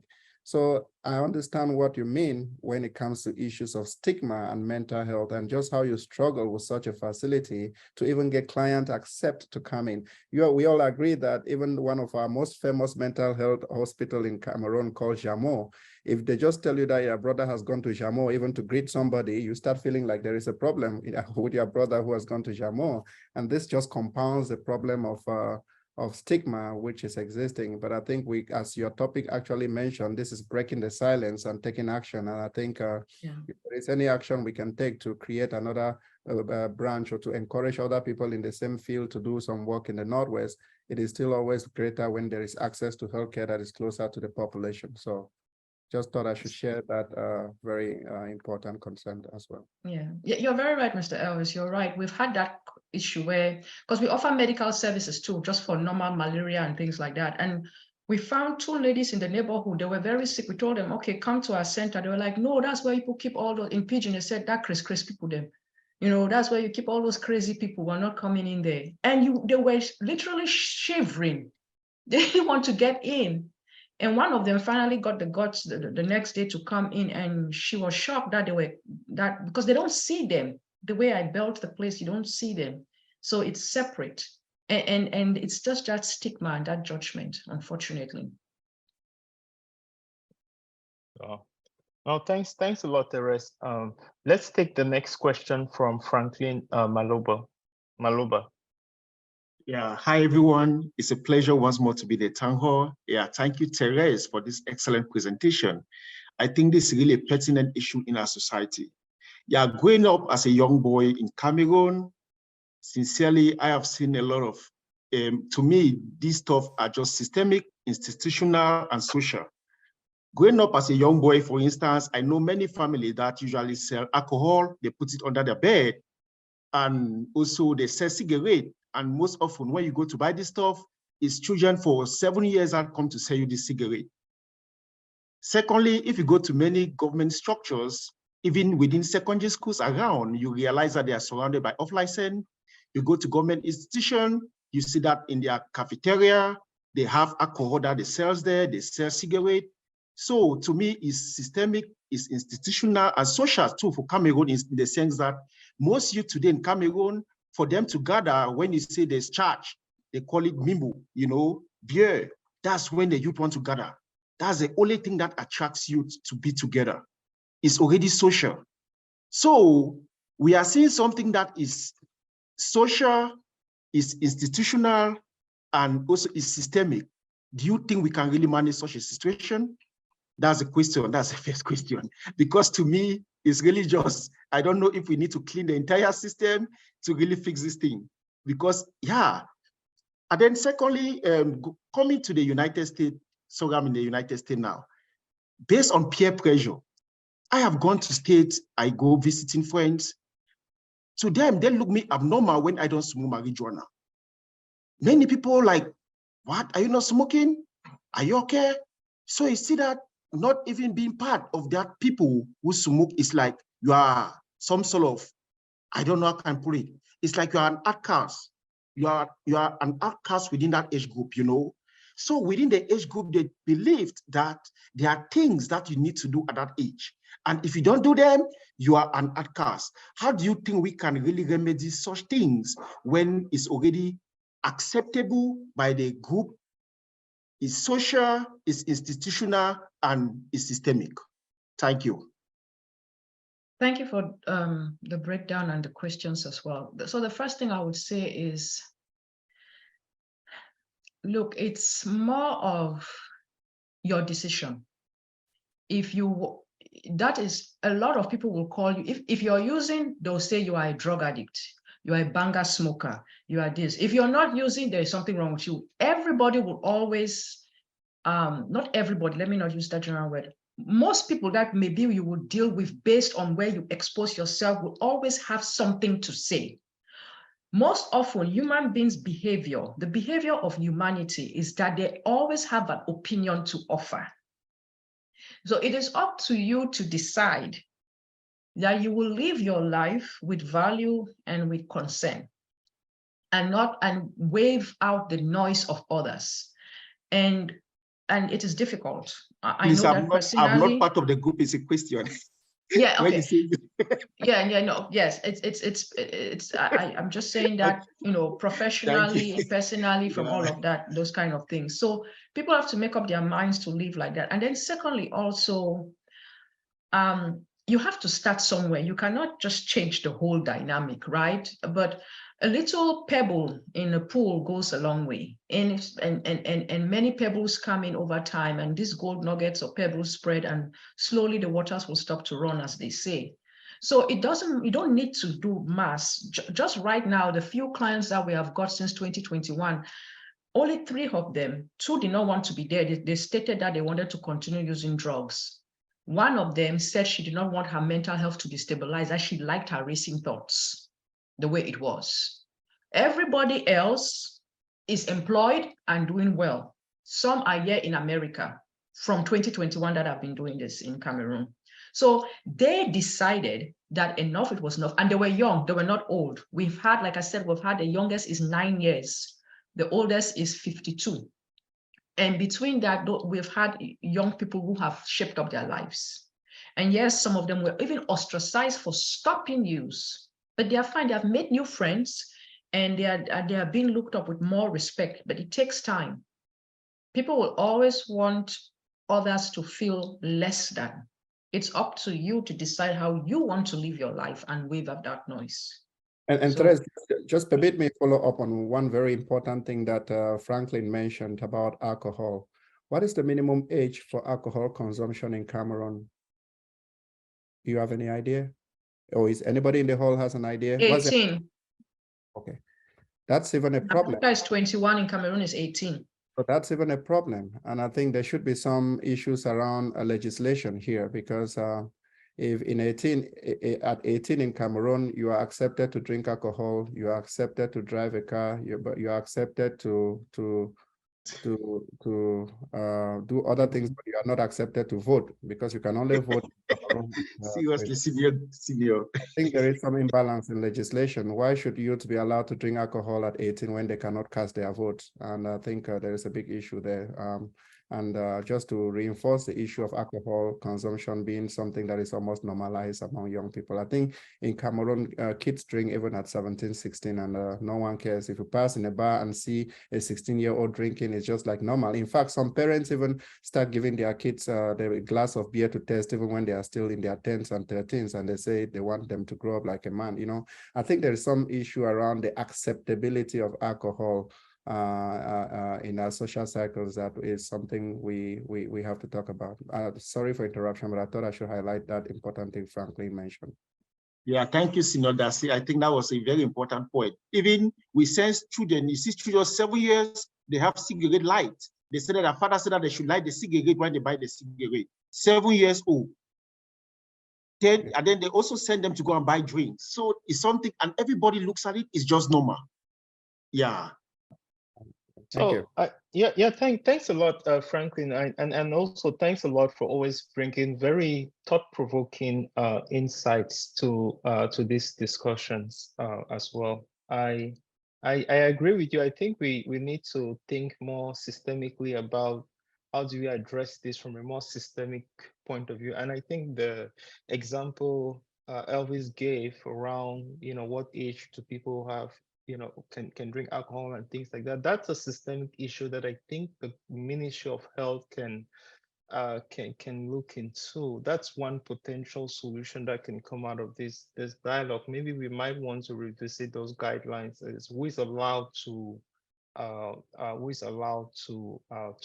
purchase certain things. There are very strong regulations in the US in terms of who can drive, what age you can drive a vehicle, and what age you can consume alcohol and things like that, and some punishments being really reinforced if people will go against those rules. So I think that's a really good example of a systemic change that we could potentially adopt as well in terms of addressing this issue. Dr. Mono, I do see that you've unmuted and your hand has also been up. Did you want to? Yeah, I have just have some thought-provoking. Some of them are statements, some are questions. Okay. Yeah, reason being thought-provoking is that, like, I will take, for example, we criminalized pregnancy among youths in Cameroon indirectly for a very long time. I'm just trying to get to a thought-provoking situation where if our daughters got pregnant when they were in secondary school, they had no school, they were dismissed. And this goes back just being thought-provoking as, was that even the right thing to do? What do we do with those who have had drugs? And you see parents will be also fearful because they know their children are in school and they are taking drugs. So if they get to look for help and seek for help for those children, are they going to be accepted back in those schools? Would the schools be able to get them back? Is it by criminalizing these things that we help? In the 1930s in America, I think drinking alcohol was a crime. And it led to the creation of the biggest criminal network that the world has ever seen. And Al Capone became one of the richest persons in the world. Because the human mind is very curious. So there are times that when I said thought-provoking, it's just that I was just thinking about this. I've always been one of those who has been on the fence about criminalization of things and seeking for help. There are two different things. You can. I spent most of my time in the US in New York City, where I can say openly, there are some boroughs where drugs are available. It's no longer criminalized the way it used to be. Drugs are available, but we don't have access to detox centers as much as we're supposed to. So even when you want to help these kids, there are no places to go to, but there are jails that have been created to keep these people there who committed no crime to no one else, but to themselves. So is that where we should be using our money, our taxpayers' money? This is just a reflection about how countries have addressed this. I just want Therese to tell me what she thinks. And where do you think our government, in terms of legislations, can enact in place good learning from good practices? I don't think the US has been a good practice in terms of, I don't want to say that. I've never think they have ever been. In terms of evidence-based good practices, I know you're not part of the government. If you're advising the government someday, what will you tell us to do in Cameroon? Because in 1, 2, or 3 days, one never knows. You may find yourself with Minister of Health trying to tell him what to do with this problem. So this is a real problem. The next other reflection, it comes about just for you. How do you think other organizations or financial donors can help you?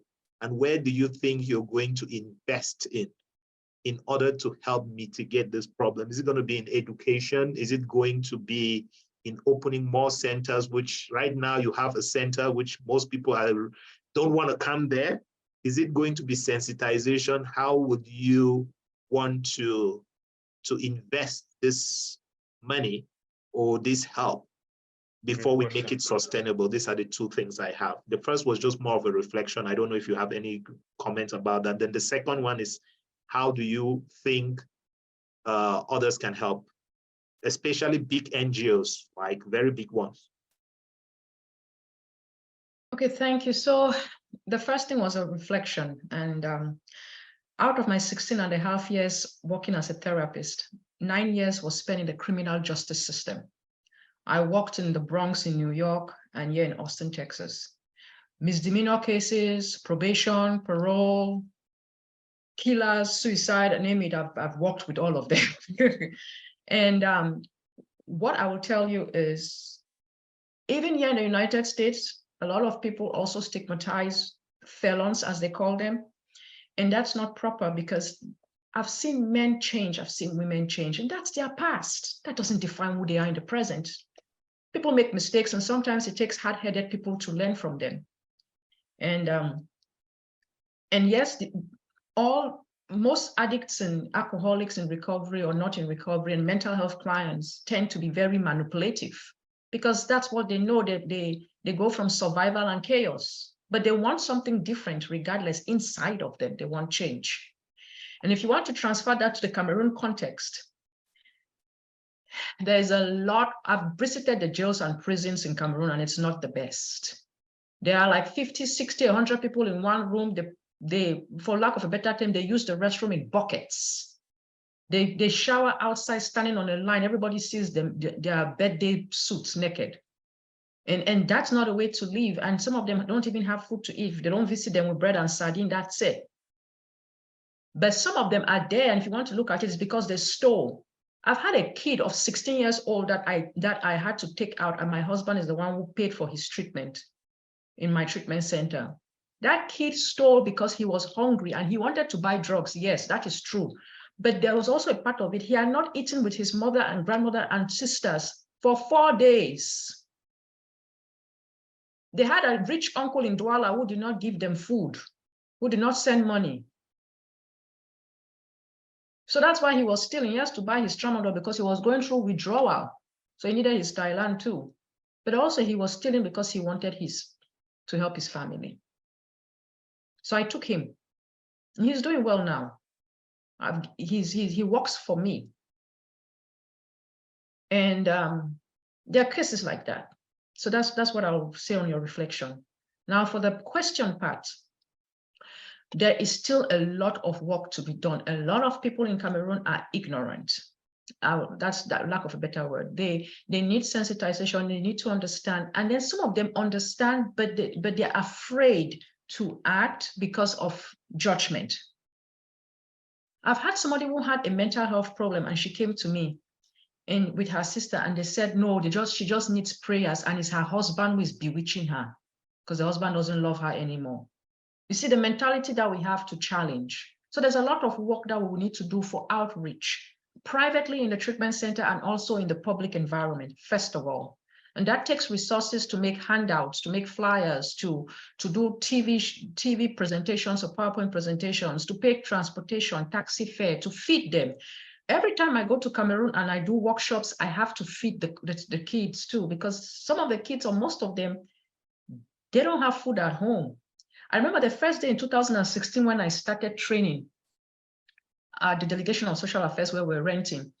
And I said, so for your breakfast, you eat this, for your lunch, you eat this, then you take a snack in between. And all of them burst out laughing. I was like, what is wrong? And then they told me, Madam, this is Cameroon. Oh. Some of us are not eating here for 2 days. Some of us are just eating only lunch. So I had to tailor quickly. And that same day was the day I started feeding them. So all my workshops, I feed breakfast and lunch, and you see them packing meat pies, fish rolls, rice and beans to take home to their parents and grandparents. So we need to understand that it comes with feeding them as well during their workshops. The second part is, right now I have 15 people on the wait list. None of them have the money to pay for either my inpatient treatment or my intensive outpatient. It will be wonderful to get them covered where they finish counseling and their medications, whether it's inpatient or intensive outpatient, wherever their criteria meets. And then from there, we give them case management, the training that they need, either to go back to school. We help them with the enrollment like we did with the other client in UB for accounting, he registered for accounting, or we give them the job skill, whether it's carpentry, hairstylist, whatever, and we set them up so that they can start and find their own lives and independence while they come back to us for outpatient, which is just counseling for an hour. Wow. Yeah, I mean, Brian, if you permit me to add a little bit to Muno's question and to see what we're thinking about solution. You mentioned that we should think about solutions, and looking at it from the root cause. From the root cause of the drug is, first of all, availability. The availability of the drug in Cameroon, the circulation of cracks and Thailand and all that in the country. Everything that has to do with drug is always like a cartel, and there are always some big guns and untouchables that are at the core of the business, because it's a very lucrative business. We've had testimonies of people that have been arrested for selling these cracks in Thailand, but 2 weeks after they are released and they are back in the same business. Then the question is, who released them? Why were they released? Why do they go back to the same business and still prosper? So it means that there is a network of some Cameroonians in high office that are tolerating or facilitating the circulation of these drugs in the country. So in terms of some of the systemic ways, as Brian asked, on how we can resolve this problem, in as much as we look at solutions that will come after kids have been already addicted, looking at prevention, how do we even prevent them?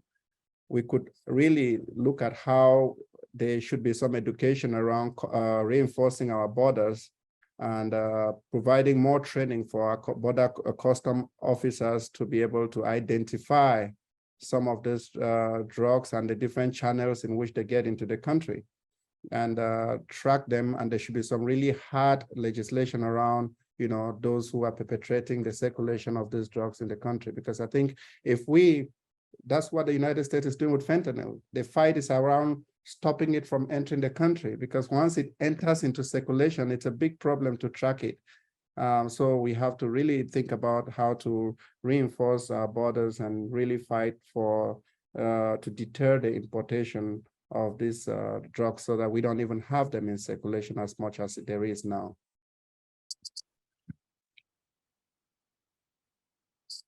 Yeah, thanks. Thanks. I think yeah, I think the question that Mono asked was really pertinent, really around resource allocation. If you had the funding, where would you allocate those resources as well? It's kind of critical. I think sometimes we do have very philanthropic organizations representing in this town hall who just come in to listen and hear. So I think what would be some of your priorities, whether it's research priorities, or what are some areas you would direct some of those funding towards? I was just looking broadly, but it looks like the NIH, the National Institute of Health, Institute of Mental Health, also has some really, I was just reading about some of the requirements for those as well, but have some really great funding opportunities for their institute on drug abuse and mental health as well, which I think is quite would be great opportunities as well to consider. I think the more resources we have, whether it's nationally or locally, we can garner could help to address some of this. So thanks a lot, Dr. Mono, for bringing that up. I will take the next question from Dr. Mofo and the next from Fridjo. Dr. Mofo, please take it away. Thank you, Dr. Brian.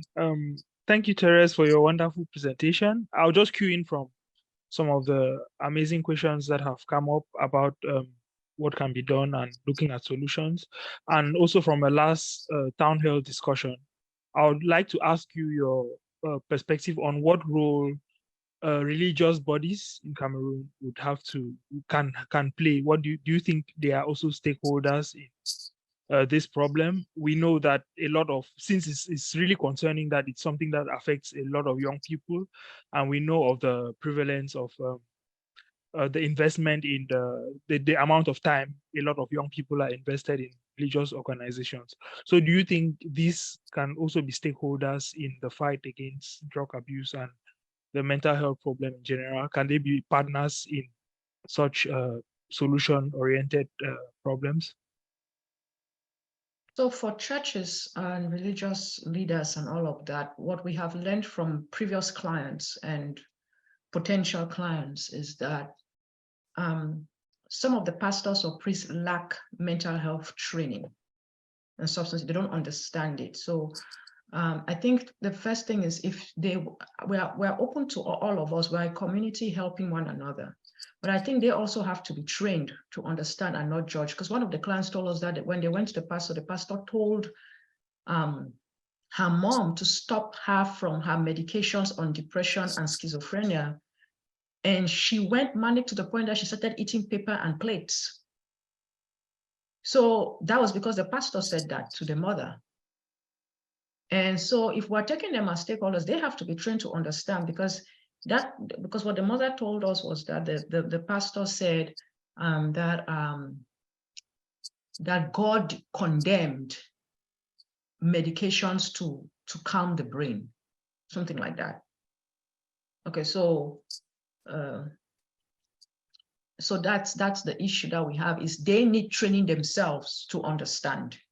And then, yes, we can all collaborate, because they will now know the right thing to say, and not all of them. I'm not saying all of them. I'm just saying some cases that have been reported to us from clients and their families say that the pastors and the priests, some of them, not all, are kind of a little bit judgmental, or they don't understand really what to say. Or they'll tell them to go and sleep it off. When they wake up, they'll be fine. They should go and eat their favorite food, things like that. Or they should pray. So yes, we can all be, they can definitely contribute, but I think they just need training. And that's a great point. And I think that's, Therese, you remember last time we agreed here at the town hall, and there is a project that is already that has already gathered a funding of about $3,000 already between the town hall moderators that have volunteered to already start contributing towards a big training that is aimed at bringing religious leaders in the Northwest region to educate them on the maternal health and what they should be able to tell women who are pregnant. I think we can reinforce, we can do a joint training where in that training there could be a module on mental health and how they should approach patients that are brought to them with mental health issues, so that we can use one stone to shoot two birds in this training. I'm just saying that's a training that is coming up, and we are going to talk to Dr. Noela, who is writing the proposal for that project, and see how they can collaborate with you for a model during that training on mental health. I think that's just some thoughts. Brian, sorry for the interruption. Oh, thanks. I think it layers on pretty well. So thanks for sharing that as well, Elvis. Before I take the last question from Damsey, I just one other question that came in the chat, I suppose from a medical student, talking about burnout, depression, and anxiety among medical students, that has sometimes leads to drug dependence and as a coping mechanism. So if you could also comment on that. But I also wanted to just lay on top of it, would like to hear your thoughts on some of the shifts that needs to happen in our medical education training programs or curriculums in Cameroon in terms of continuous education. What are some shifts that you think might need to happen for us to address some of these issues that we've talked about today, Dr. Therese? So that's a very good question. Our medical student asked about the burnout, the depression, and all of that. It's very heavy, and it's the same here in the United States. I've spoken to medical students here too, normal students, they have a lot going on, including their education. So what can we do is, whenever I start, I tell people, take a calendar, a very big, huge calendar with the big squares, write down every single thing you do with your time every day. Monday through Sunday, what do you do exactly with your time? When you wake up, when exactly do you wake up? What do you do from the time you wake up to the time you go back to bed? In between that time, you may realize that you are spending too much time maybe out with friends, or maybe you are not doing something somewhere that you can now restructure your time management and prioritize what is important and what is not. So that's the first thing. The second thing is, one of the leading reasons for depression and burnouts for students is lack of sleep, lack of exercise, and dehydration. If you can look and see, the thing is, even if you study all night, you study the whole day, 24 hours, the brain is already tired. So you've got to be realistic and say, okay, I'll stop reading at 8 or 9 and I will sleep and wake up at 4 a.m. Normally, early morning hours of study is the best. And so I would say, look at that time too and restructure that. Drink enough water, stay hydrated, and try to exercise. The other thing I would add is these structures and these places have already been there. It is their structures. It is what they are already doing, if I'm based on this young man's question. And so there's nothing we can do to change them, except if the students themselves sit and complain that they are overwhelmed and exhausted. And then maybe changes will be made. So I've seen that most people, when they look at that time management, they try to prioritize things. Number two, they try to stay, drink enough water, exercise, and go to bed early. It usually helps, because some people, when they tell me they are also exhausted and they're burnt out, I look at what they bring for me in Cameroon and even here in America, and I realize sometimes they are spending too much time playing video games, watching movies, or talking to friends, or being on Facebook or Instagram. And the number of hours they document being on Facebook or Instagram or watching movies is 3 hours. 3 hours, that's 3 hours of sleep that you would have slept actually and woken up and add that and be productive in your homework assignment for that morning, if I'm making sense. So what can you sacrifice for the better good? Facebook will burn your brain after, I mean, being on the internet and being on TV for too long does have a negative effect on our brains and our concentration and cognition. So I think those things also. I think I answered Mr. Samuel. I think that's his name. Thank you. Yeah, thank you. Well, I'll just take the last set of questions from Dempsey and Frederick, and then we'll close it out for today. Dempsey, if you can make your question really short, and that'll be helpful. Okay, thank you, Doctor. Thank you, Madam Therese, for the presentation. Actually, this topic is really touching for me because I have a professional mentor who died 2 years ago. He was one of the best anesthetists here in Cameroon. He died 2 years ago due to substance abuse. And I felt so touched because I was there with him day by, and I didn't know how to help him. Each time, you know, it's very difficult to advise someone that's already aware of something. Imagine a health professional that's living on substance, that's a victim of substance abuse, and you can't help him. When you want to advise him, he's like, he knows already everything. And then I also had another colleague who is still presently on substance abuse, and I don't really know how. So what do you think? How can we really help them at this stage? Professionals, health professionals who know, who are aware of the dangers, but still consume them. Thank you. A lot of professionals use. They have to study, they have to stay, they have to meet a certain quota of number of clients, they have to be productive, they have to do this, they have all these reasons. I changed and I tell them, I think you as a friend, you should be blunt. You let them know, this is not a negotiation. I am concerned about you and your health. You are sleeping, but you do not see it. You have been doing, and then come up with tangible things that you have actually noticed that they have slipped up on and tell them, I think you need help, and this is a hospital or a place that I would like you to go and consider to shape things up, and just say you're on vacation. You don't need to say where you're going to, so that when you come back, you're the best of yourself. Sometimes blunt, we call it interventions. Sometimes blunt conversations have helped a lot of people, and then sometimes get their families involved. Don't just talk. I had a client who was when I lived in New York, he was one of the top executive directors for one of the 50 Fortune companies, 500 Fortune companies or whatever. And what made him go into treatment was his 9-year-old daughter, who wrote a letter to him and read it to him. Not his wife, not his colleagues, not his older children, but that child. So sometimes involving them and doing that, this is not a negotiation. This is your life at stake. This is your job at stake. If other people find out, this is what you're going through, with those tangible reasons may help. Thank you. Thank you. Doreen, for the last feedback or question.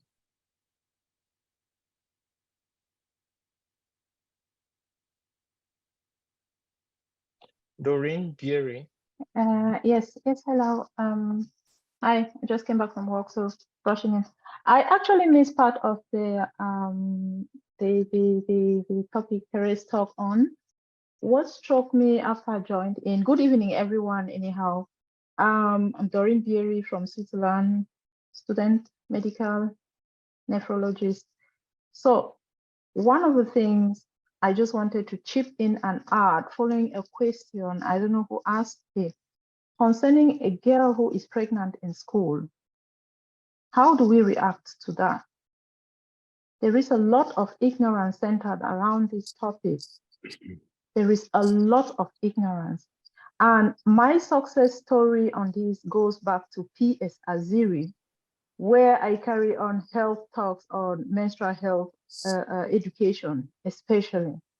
And we went right down to the communities, right down to the bottom from nowhere, to be able to bring in the mothers, bring in the PTA in the school, bring in the religious leaders before we could even bring in something to achieve something with the girls and the school authority. So I just want to hint on it that one of the things when we are doing work back home, we just don't focus on who is involved. It is a whole community involved on that person. If you want to take a child out for rehabilitation or to help, there is a lot involved of that. He is just one figure, but there is so much around him that you need to work on all of those facets centered on him before bringing him in like the main picture. There are 2 girls presently attending school. If I will home on back on pregnancy and education in schools, there are 2 girls attending school in PS Aziri presently who are pregnant. It has been with the help of the school. The community has been able to accept it. And I think the community has a lot to do. And when we work, we should not neglect the force of the community. We should really, really, really home on the amount of resources they have there to be able to get some success. So far, it's been interesting. Thank you all. Thanks. Yeah, thanks a lot. And I think it was a very exciting Q&A. And I personally have learned a lot, Therese, about this issue. Not particularly, I don't have much expertise in this area, so it was a really great learning opportunity for myself as well. And I also hope that some of the insights garnered through the Q&A has also given you some additional perspectives and thought-provoking insights that might help to improve the work you're already doing for your organization as well, and also to help advance this field in Cameroon. And why not across Africa, where this is really problematic, as you've mentioned. So I will just want to take a last round with maybe I'll give it over to Elvis. Maybe we'll take a last round with the moderators, and then we'll close for today. Thank you very much, Brian. Just like you, I've learned a lot too. Thank you, Therese, for accepting our invitation. Just to hear that after a trip in Cameroon in 2016, Therese decided to extend the arm of Be the Exception nonprofit organization to Cameroon to provide counseling services, as well as the vision of providing healing and transformation through clinical support to those who are suffering from drug abuse and other mental problems. Thank you for that wonderful 2016 trip and for what that has become and the help you are providing to Cameroon. But also that through your presentation, we got to hear that Cameroon in 2018 was ranked among the 16 countries in the world with the highest level of substance abuse death or mortality related to substance abuse. And that number for Cameroon is 679 deaths per year related to substance abuse.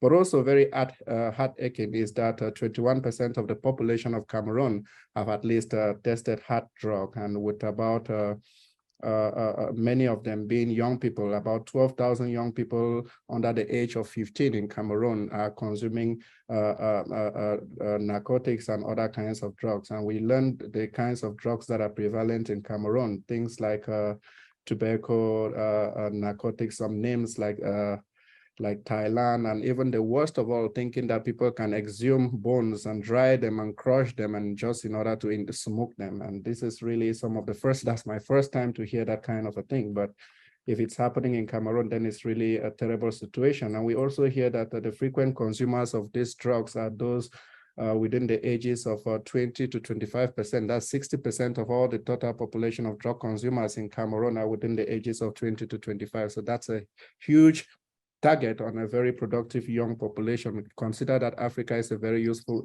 continent. And if the youths are targeted, or if the youths are already at risk of getting wiped out by drug consumption, then it's a huge loss for our economy and for our government and for our productive workforce of our nation. And we've already discussed some of the risk factors and some of the causative factors, and also just the work that Be the Exception Foundation is doing in Cameroon, and the challenge they have with people not being able to pay for cost of treatment, and people suffering from denial and refusal to accept treatment, and family members that just cannot let the society know that they have children at home that are suffering from this problem. We heard testimony from a teacher in secondary school who also blame parents that bring their kids and are afraid to talk about their prior problems of drug consumption, which could rather be a pointer for the school to help these kids, or maybe, help them access care. So we have also just heard about so many different questions, but one of the most important I heard was just how we can as well include religious leaders who at some point are sometimes the first people to receive some of these cases for prayers, that if we involve them in the training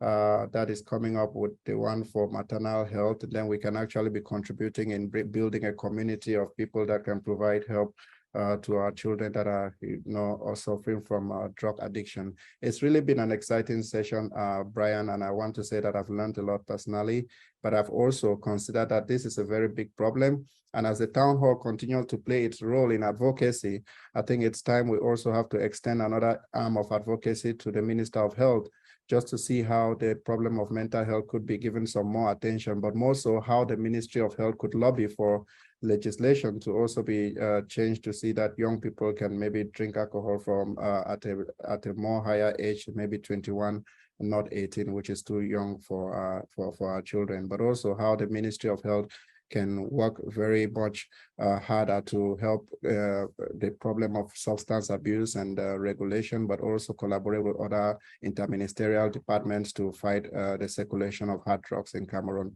Thank you very much, Therese, for this wonderful presentation. And of course, we would continue to keep in touch with you on any related topic, and make sure that you continue to be a subject matter expert to the town hall as far as this topic is concerned. Back to you, Brian. Thank you. Thanks a lot. I just wanted to pass it over to Dr. Mono Achie to, if you yeah, Brian, I've been learning a lot. This has been a learning session for me, and we all know how the statistics, they speak for themselves. And I think my real how do I call it, my real plea to all those in the town hall who are involved in one way or the other, who have access to certain fundings from different institutions to think about mental health. They should also have Therese in their radar where they can help for us to really invest in mental health in Cameroon. We are, it's one of those neglected problems, not only neglected, but highly neglected in such a way that our hospitals for mental health are deplorable. That's the word I can use. There is no access at all, except for some few private places like Therese for patients to even have rehabilitation. There is no incentive back home for us to address mental health issues, not to even talk about drug problems that are rampant in Cameroon right now and draining the youths. As Elvis pointed and Therese pointed, the most productive age group is being affected and becoming vegetable while they get to ages where they can do a lot. They have lost all this time, and it's not time we can gain.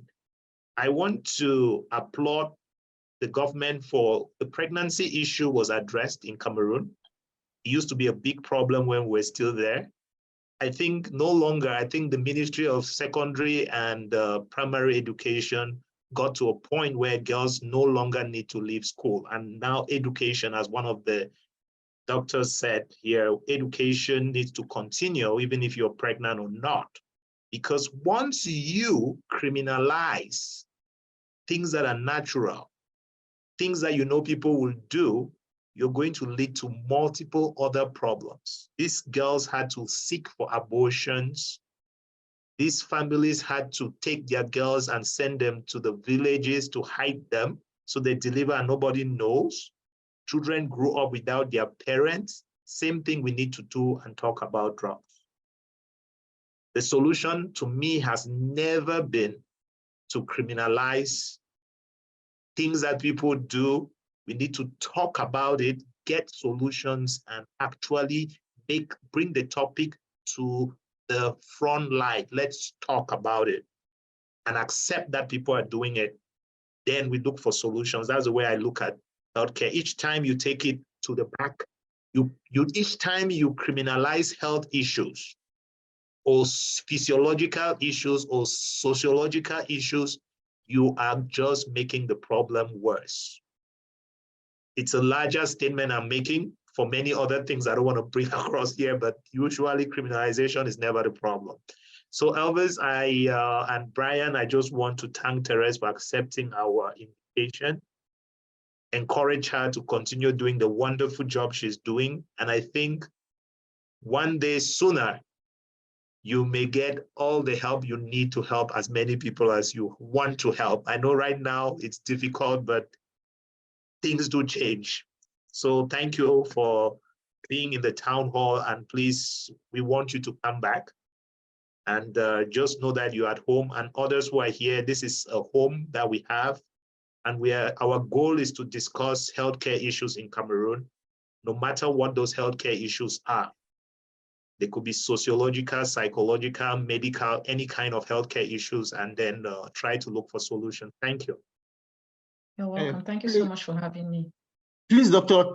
Brian, I just want to step in. Do Town Hall has any plan for the ASTMH conference that's coming up? Is there something you guys planning for that? No, thanks. No, the ASTMH is not. Well, ASTMH stands for the American Society of Tropical Medicine and Hygiene. It's the largest gathering of tropical infectious disease experts from across the world. I think it's happening in Chicago. Yes, I personally will be there. I've been invited to it, but it's not. I'm not representing the town hall in that meeting. Okay, because I may be there too. Okay. Yeah. So I was just thinking that maybe some town hall will be there. Yeah. There are many members of the town hall who will be there, but we are not. If there is anything interesting that comes out of it that we need to talk about, I think we're going to address it. Okay, because it was through the members of the town hall that I became to know the town hall, because I made them in STMH last year, which I believe it can be a fishing ground to make many people also recognize this organization, because it's thanks to that I'm always present here, because when I happen to talk one-on-one with some of the members, I came to realize the importance of being here. So meeting maybe some target population who may not know about this and trying to put it out there, I think that may help a lot. Yeah, thank you. I just wanted to give the last few words to Therese. Thanks again for your talk. If you have some closing remarks for today before we officially close the town hall, Therese. No, I just wanted to say not much. Just thank you all for having me. It's a pleasure. It's not been an easy journey. I have been doing this out of my pocket. So that's basically my my own finances, or my finances that I've been using since 2016 to do this. And sometimes I wonder why, because people do ask me that question. But I know that you have to be selfless in life. And when we help each other, we grow together to be a strong community. I have lived here in the United States for too long, and I've seen other communities come together and help their own people and succeed. So why not us? Why not us? And it's very funny, because last year I finally had some donations, but it wasn't from Cameroonians. So that's another interesting factor to note. But I do thank all of you for having me, and this is a wonderful thing for us to grow together and be passionate about healthcare and everything that we do under that dynamic. So thank you. Okay, thanks again. It was really an immense pleasure, and we deeply honored to have you among us. And thanks a lot for sharing your experience, your expertise, and sharing more about the organization, the work that you do. Just want to hand it over for the closing to Elvis. Nothing much, Brian, just to wish everybody a happy weekend. And if you can stay for a few hours for parking lot, that would be fine. So see you in the next session. And it was really a pleasure having you today.